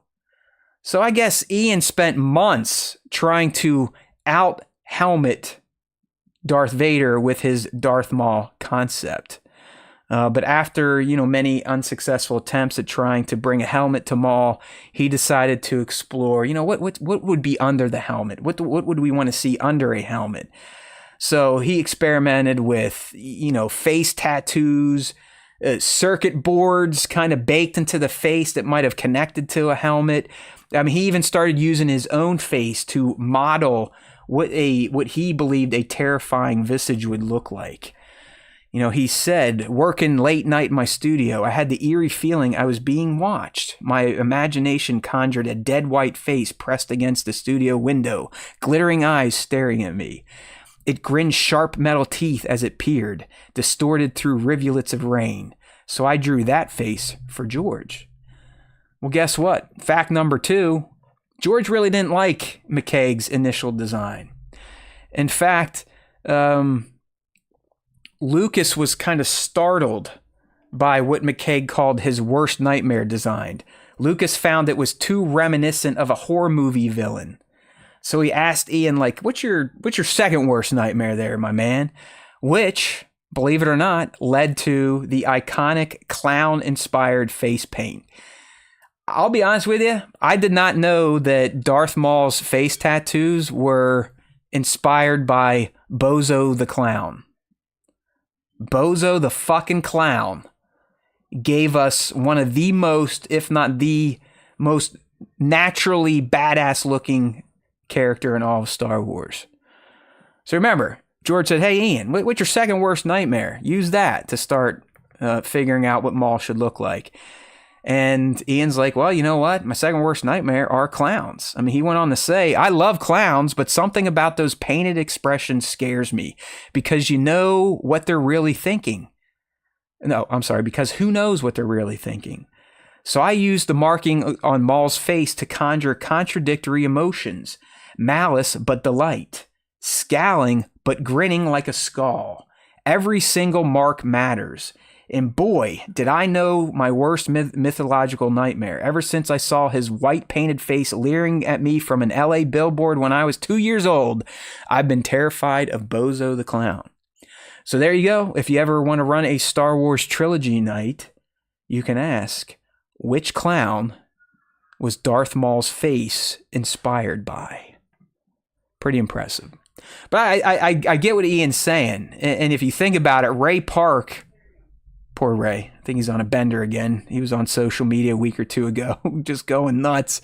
But Ray Park, who brought Darth Maul to life, at least from a physical standpoint, Ian said he got it instantly, that when you have this almost clown-like makeup on, you could be sitting there scowling at someone, but it might actually look like you're getting off almost. And that's what we saw from Darth Maul. I mean, when two Jedi showed up, instead of going, oh shit, he grinned almost. He scowled, but it was almost like, all right, yes, this is exactly what I want. So I see exactly what Ian was feeling back then in the early 90s, the mid-90s, when he designed Darth Maul. Jesus, man, I've gotten old fast to think about that. Darth Maul's been around for over 25 years, and his design is probably close to 30 years old now. Fuck. All right, so now we got the face down. Here's point number 4. What inspired Darth Maul's distinctive horns? Well, while we know the final design featured horns, McCaig initially envisioned Darth Maul to have black feathers attached by wire coils that were cutting into his flesh. So that's what his head was going to look like. So I'm trying to envision it here, but it's almost like he surgically implanted black feathers around his face to almost create like a plume effect. Sounds very Maul-like, very Sith-like. You know, the more you can hurt yourself, the angrier you're going to get. So I get it there. Number 5. Was Darth Maul always intended to be a male? Well, guess what? No. McCaig experimented with both sexes when he first started designing Darth Maul. And once the male version got approved, he submitted his concept for the female Darth Maul, which was a black and white face Sith witch in a flayed red costume, which George did like, but he rejected for the Maul we got. But guess what? McCaig's female Darth Maul design would later be resurrected by Dave Filoni in the Clone Wars for Mother Talzin. So there's another good trivia question. Which two characters are related to each other? Well, which character was originally meant to be Darth Maul? And your answer would be, who is Mother Talzin? So I thought that's pretty cool. So Mother Talzin actually was designed in the mid-90s, but did not make her debut until the mid-aughts or the late-aughts when the Clone Wars hit the airwaves. So just goes to show you, if you're a concept artist working in Hollywood, working for an outfit like Lucasfilm, you never know when one of your ideas may be called upon. But you're for damn sure Ian probably didn't get paid anything for them reusing something he did many years ago while working on the Phantom Menace. All right, so number 6, how did McCaig approach designing Queen Amidala? So we got some interesting insights here. Apparently, McCaig and team, they wanted Queen Amidala's design to represent the force of nature, resisting the tide of evil. So that's kind of how he styled her and designed her. He took a lot of inspiration from the Art Nouveau movement, but he dubbed it his own movement called Space Nouveau. So he was incorporating elements from all sort of historical periods and cultures. You know, we got the face paint from the Japanese geishas, the married Mongolian woman's traditional appearance, and even Queen Elizabeth I to give us that regal look of Queen Amidala. Hey there, a Star Wars Toy Story. Good to see you. Welcome to the stream. We're just talking about 10 interesting design facts 25 years later, now that the TPM is 25 years old. Number 7, and I still don't even know this connection, so maybe someone in the live stream can help me out here. But apparently, George Lucas told Ian McKellen that he was inspired by Princess Ozma from Wizard of Oz when he cooked up the character of Padme. Who the hell is Princess Ozma from the Wizard of Oz? Is that like the movie doesn't cover that, I'm guessing? I don't remember any princesses in the Wizard of Oz. I just remember the stupid movie that was made many, many years ago, and that if you're in the right mindset, you can start Pink Floyd's Dark Side of the Moon with it, and it sort of lines up. So, yeah, I don't know. Not really sure who Princess Ozma is, but apparently George was inspired by her so much that that's what he used to create Padme Amidala. Okay, number 8. You might have saw this one. I saw this one getting kicked around in the Star Wars socials a week or two ago. But our Jedi, Qui-Gon Jinn and Obi-Wan Kenobi, were actually supposed to be reversed. Oh, there. Star Wars Story is saying that Princess Ozma is in the second book. Okay, so Divided tell me we might see that in Wicked. All right, sure. I don't know. I know, tangent time, but I think next week we get Wicked and Gladiator 2 releasing same week. I think the way I'm approaching this, I'm going to do Gladiator Thursday night and then take the ladies to Wicked on Saturday, maybe. Yeah, there we go. Anyways, back to our Jedi. Initially, in The Phantom Menace, the older Jedi was supposed to be called Obi-Wan Kenobi. And the younger Jedi was going to be Qui-Gon Jinn. This is one of those changes George made late in development where he ended up making the younger Jedi Obi-Wan Kenobi and then the older one Qui-Gon Jinn.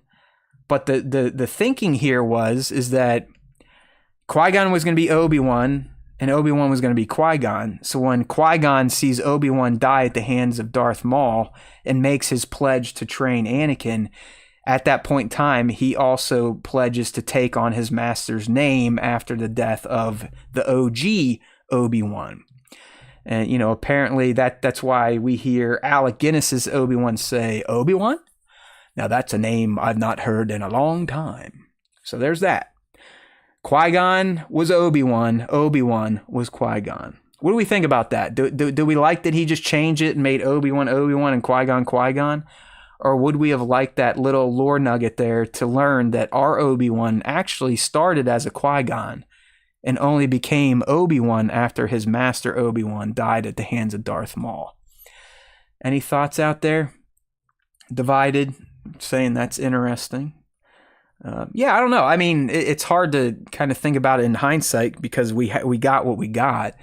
But I think that would have been kind of cool to learn. It would have been, at least for me, a nerd for all things not real life lore. I would have liked that little nugget like, oh, okay, that's how Obi-Wan got the name. I'm down. Mando is glad that George changed it. So you have that as well. Just keeping it as is. Obi-Wan's always been Obi-Wan. And fuck his dying master. All right, number 9 in terms of out of our list of 10 interesting design insights to the Phantom Menace's main characters. I like this. The last two are about George, really, and I think this would have been fun, maybe frustrating at times. But apparently, one way George influenced his creatives and their process, he was very encouraging to explore their own ideas first, and then he'd come in and give them feedback. But apparently, at one point in time, McKeag is recounting to us that George was just dissatisfied with what was happening with the pod racer designs across the board. Just like, no, this is no good. Not at all.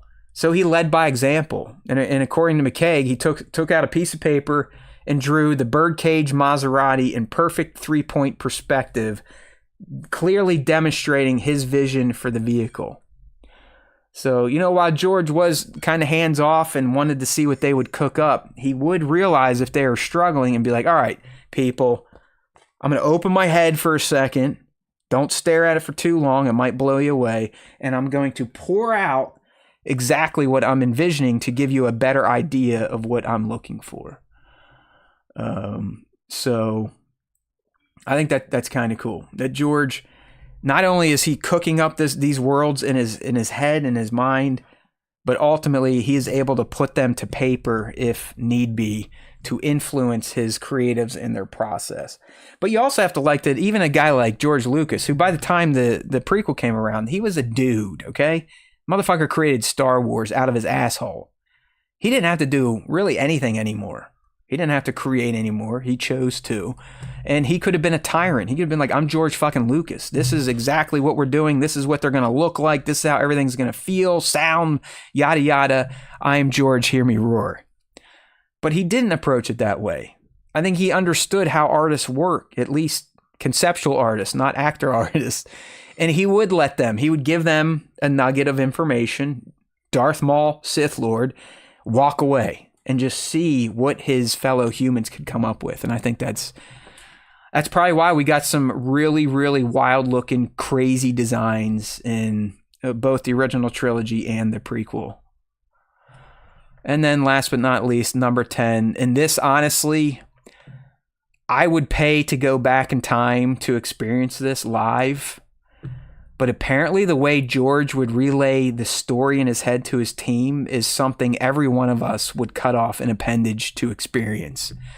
But apparently, every week, George would visit the artists, and he would share a new installment of the developing saga. In fact, Ian said George would lean back in his chair, half close his eyes, and tell us the next part like it was a bedtime story.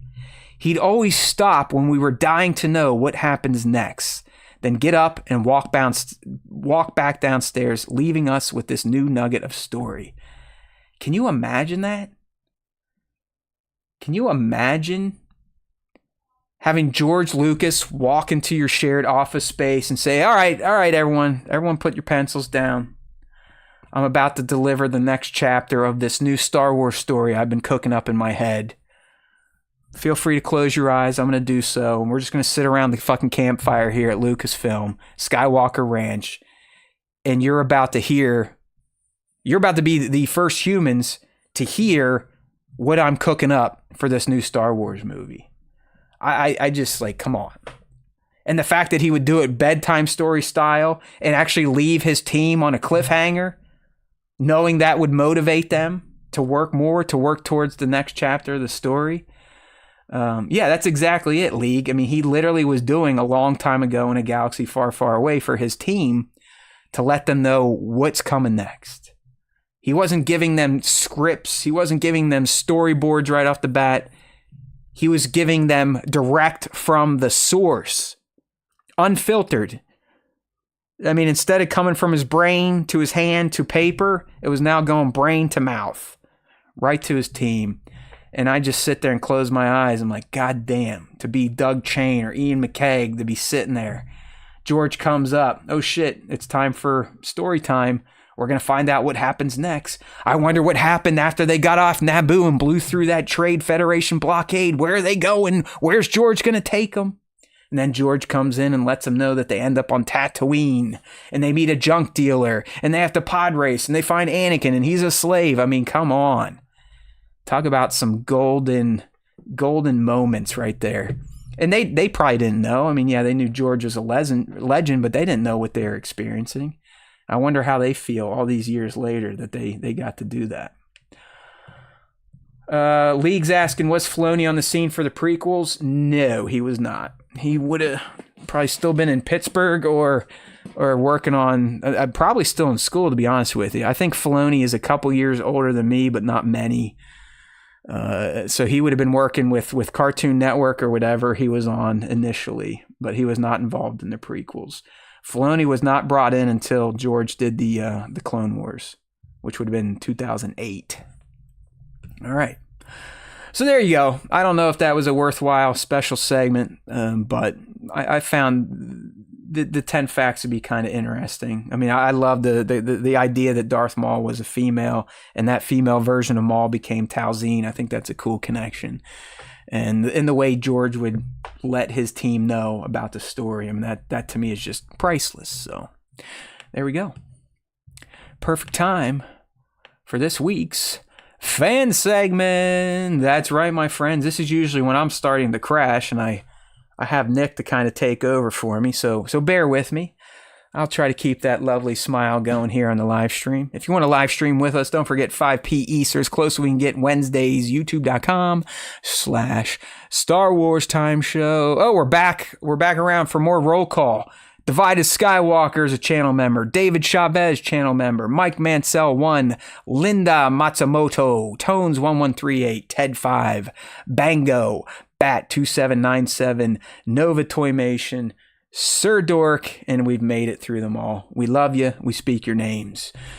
Okay, just in case you are new here, which I doubt is the case, we do a weekly fan segment to close out the show. All right, there's 2 ways to get involved. First is a question of the week, which we will post Wednesdays to our social network. So Instagram at StarWarsTime.show. It goes in our Discord. It goes on our YouTube community page, Twitter. I don't know how much longer I'll be able to use that. I think I'm gonna have to wipe that from my life, just for my own sanity. But it's out there. You can find it. You just got to respond to it, and we will feature it on the show during the fan segment. So if you are following us and you're not seeing our content, shame on the algorithm, but also shame on you. Just means you haven't interacted with the SWTS enough. So clicky dicky, if you know what I mean. Click, comment, share, clip. Do what you got to do. Just let people know that you are down. Devin, you are late. We haven't seen you for a few weeks, buddy. Welcome to the new style here. It looks like you showed up in the horizontal feed, so you figured it out. But yeah, we're rocking and rolling all sorts of new streams these days. We're vertical. We're horizontal. We are cross-chattel, as they say in the scientific community. All right. What else we got going on here? So question of the week, and then we'll do top 5 after that, which is the final way to get involved in the Star Wars Time Show on a weekly basis. And we'll talk more about that in a hot second. So let's go ahead and put this browser away. We've got our Slacker open here. Let's take to the Slack to see what the fans were asking us. Okay, so this week we said, what is going on here? I'm not liking this shit. For some reason, my vertical feed is not updating my windows. Okay, that's a problem. We'll fix it. We can always fix things here. I just wish we didn't have to. There we go. So our question this week is, do you want the new trilogy to continue the Skywalker saga or be something different, and why? Well, we actually got some responses this week, so this might have struck a nerve with the fandom. First up, League of Extraordinary Sixers. The beautiful thing about Star Wars is that it's an expansive universe. There are great untold stories to be told. The Skywalkers can live on in animation and give Rey the live-action films TV to continue the Skywalker saga there in that way. Amen.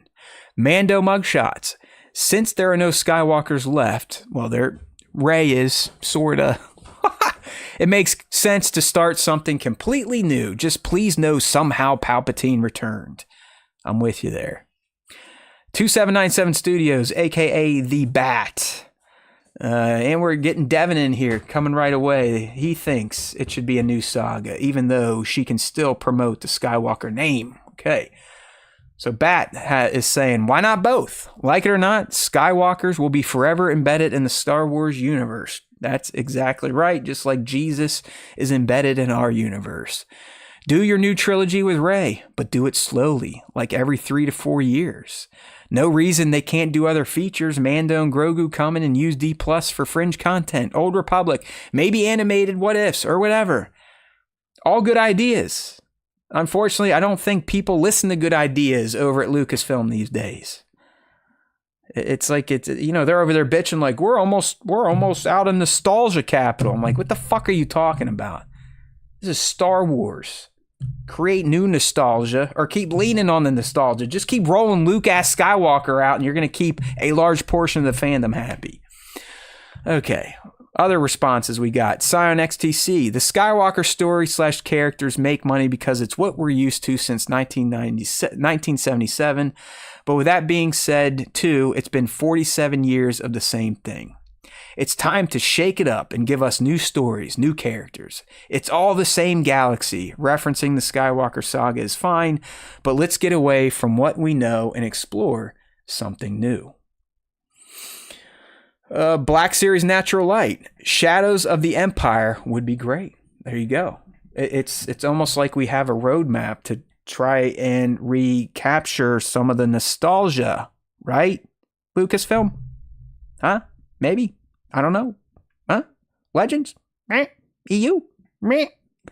See, I'm starting to break down. I knew it. This is like the human body can only go so many hours talking straight with no notes before you start to get a little loopy. So I'm trying, but usually young Nick is reading these. Okay, here we go. Toys for Shads. Star Wars needs to move on from the Skywalker. Some of my favorite books are the Old Republic books. It can be done. Truth. Quick Picks Toys. I already saw something different and no thanks. We can tell still a lot in the saga without seeing Mark Hamill or a clone of him as Rogue One did so well. All right, looks like we lost the stream here. YouTube doing its thing that it's been doing these days. I just do not get that. It's so weird. Like YouTube is just going along. It's like, all right, we quit. It doesn't end the stream. It literally just quits it. And as long as I reload the page, we're good to go. But there we are. Such is life. Okay. And what do we got next? This is Michael Kramer. Different. As much as I love the Skywalker saga, it's time for new material. We have the Old Republic just sitting there waiting for us to see. We got Revan, we got Malgus, and Malik. The war with the Mandalorians. There is so much there that it would be amazing in live action. I think if they want to please majority of the audience again, they need to go in that direction, honestly. Okay. YC Solo. Something totally different, please, away from anything that written or already shown in games, comics, EU, etc. We need the new Star Wars to feel as exciting and mind-blowing as the very first movie was when it came out. They need to give us new worlds, new lore, craft new concepts that will become the next step for Star Wars, not set in the past. It's too easy to get caught in the existing themes and disappoint part of the fans, okay? I do not mind a hint or reference to existing material, like an old beat-up X-Wing or Astromech, but writers should stop going the easy way with this multi-billion franchise, and please, Disney, never attempt to use from AI for new script ideas. Whew. That was a mouthful. And, yeah, you never know, YC Solo, you never know. All right. Anti-adulting. I like it. And their little emoji is a gong. Perfect. Honestly, I think we need something mostly brand new, but keep a few links to the Skywalker saga, but it shouldn't be the focus. And then the High Republican. I like that. What Skywalker? They're all a part of the living force unless Anakin returns as a Mortis god. Well, again, like I said, there is technically an adopted Skywalker out there, so whether you like it or not, we can't just sit there and go, yeah, Skywalkers are gone. Yeah, maybe by blood, but not by name and legend. All right, moving on. Mac122198. I think this is Michael Kramer again. Okay, we already read that one. And then we'll close out here with Nova. I'm fine with a new trilogy, including Rey and characters from the sequels, but they need to let the Sith rest as antagonists in these. I think I was saying that earlier, Nova. We just got away from the Skywalker saga and defeating Palpatine twice! If it's a totally new threat, awesome. I'm in, but I don't want them to even mention the name Skywalker in this new trilogy. Well, you better hope no one calls Rey by her full name, pal. Otherwise, you're going to have to light yourself on fire. All right, so there you go. Thanks again. That is our question of the week segment. As I said earlier, if you want to get involved, just check our socials on Wednesday, usually later in the morning before the afternoon. You will see the prompt either on Instagram, Twitter, YouTube, Discord, or wherever else you can get your SWTS action. Just got to be following notifications on so you don't miss a beat. All right, so now we will transition back over to our browser window for the top 5 Star Wars fan artist features of the week. So we do this every week. The way to get involved is through Instagram and the @StarWarsTime.show account. So we need you to use our hashtag Star Wars Time Show. But more importantly, if you want to be included for the weekly top 5, you have to do add tag @StarWarsTime.show. From that list of tagged shots, my man Young Nick, who hopefully is not dead, will pick his 5 favorite of the week. He'll put the post out on StarWarsTime.net. We'll celebrate them with a photo grid on Instagram and other socials. And then during the live stream, we honor the top 5 with praise, adulation, maybe even a reach around. You never know. All right, so here we go. This week's top 5 brought to you by Young Nick, who is not here, so I will do them for him. Go. Fuck, that was a fail. I just hit go, and it went to the full browser, and the full browser is not working. So that was, there we go. I'm going to have to figure out what the hell is going on here with my system. All right, so first up, in our top 5 this week, it's going to do it again. This is not good. We've got to figure this out. We have got to figure this out, people. Hold on.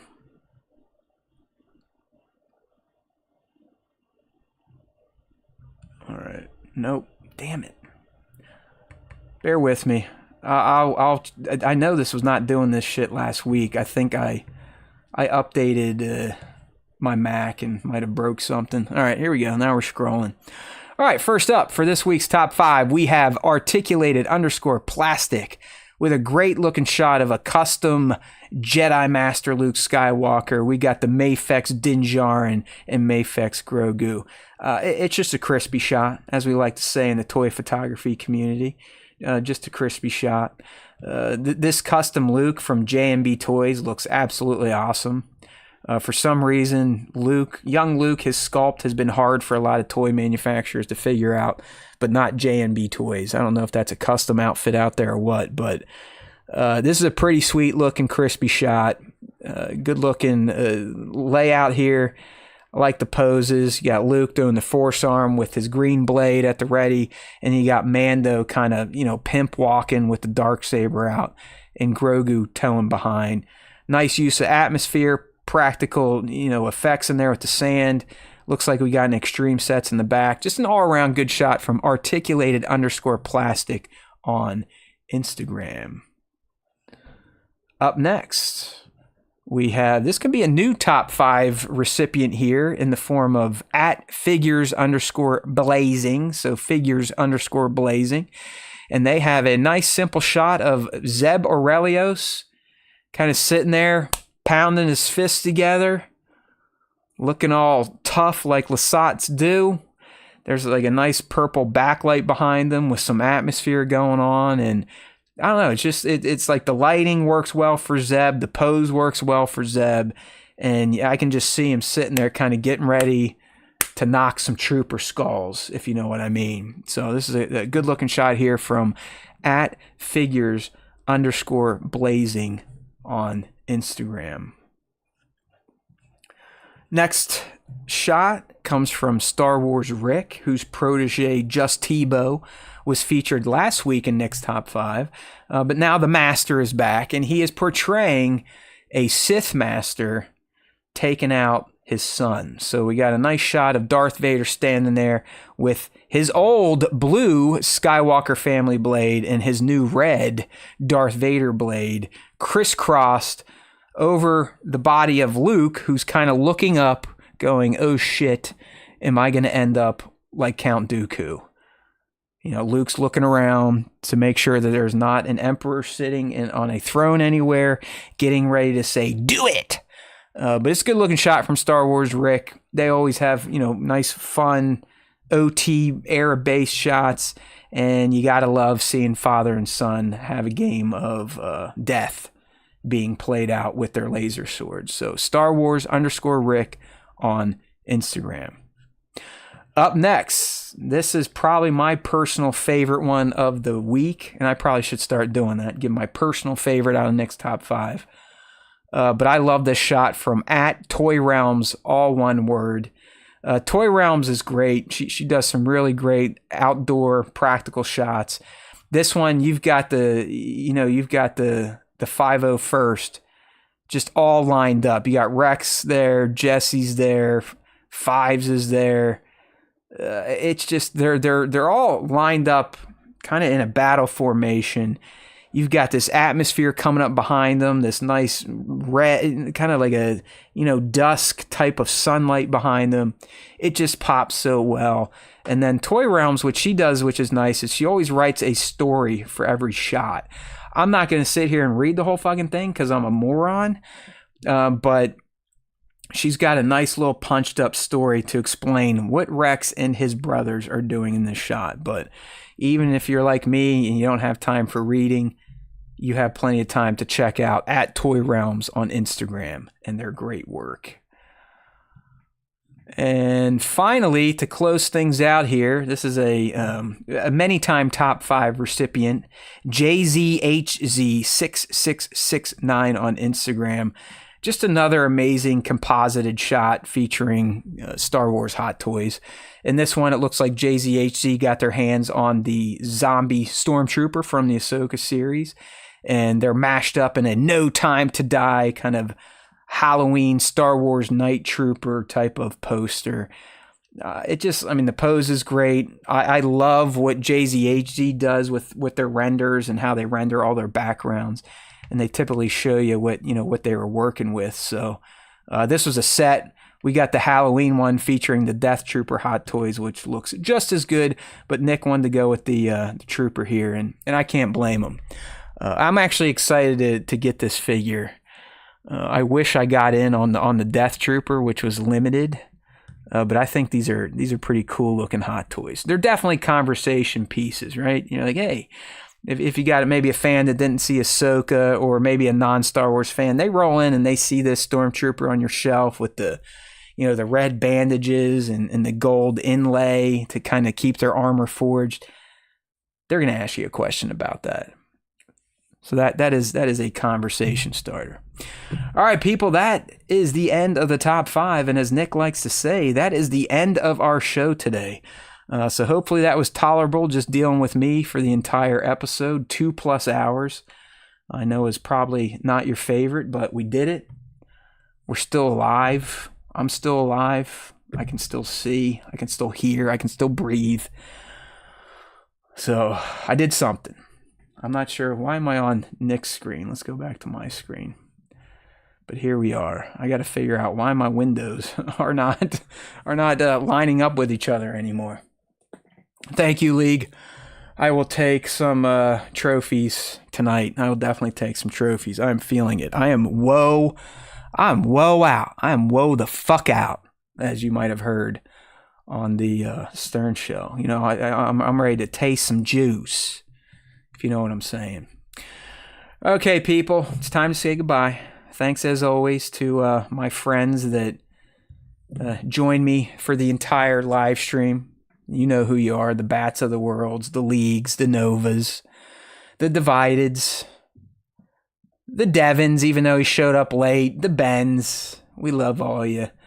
Thanks to all you new people peeking in. Hopefully you liked what you saw and you'll consider sticking around or coming back. We do it pretty much every Wednesday, 5 p. Eastern, as close as we can get, youtube.com/Star Wars Time Show. But in between now and the next show, just take your happy asses over to StarWarsTime.net.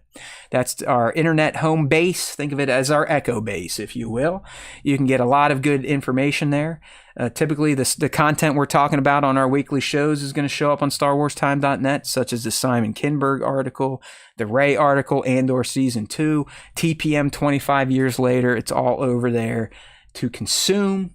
Some of them you'll be greeted and enhanced by our artificial Scott and Sally teammates who now run our AI podcasts. But there really is always time for Star Wars Time. We're just asking you to not forget about that in between our little Wednesday parties. Point your new friends, point your old friends, point your enemies to StarWarsTime.net. Let them know, like, hey, just go look at their stupid shit.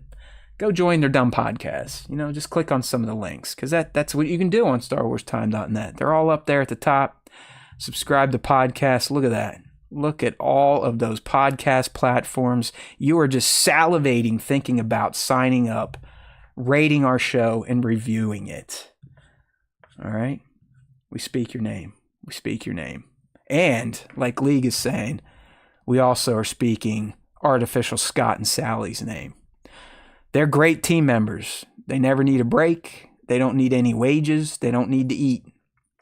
They just do what I tell them to it, and they really snap to when it's time to get going.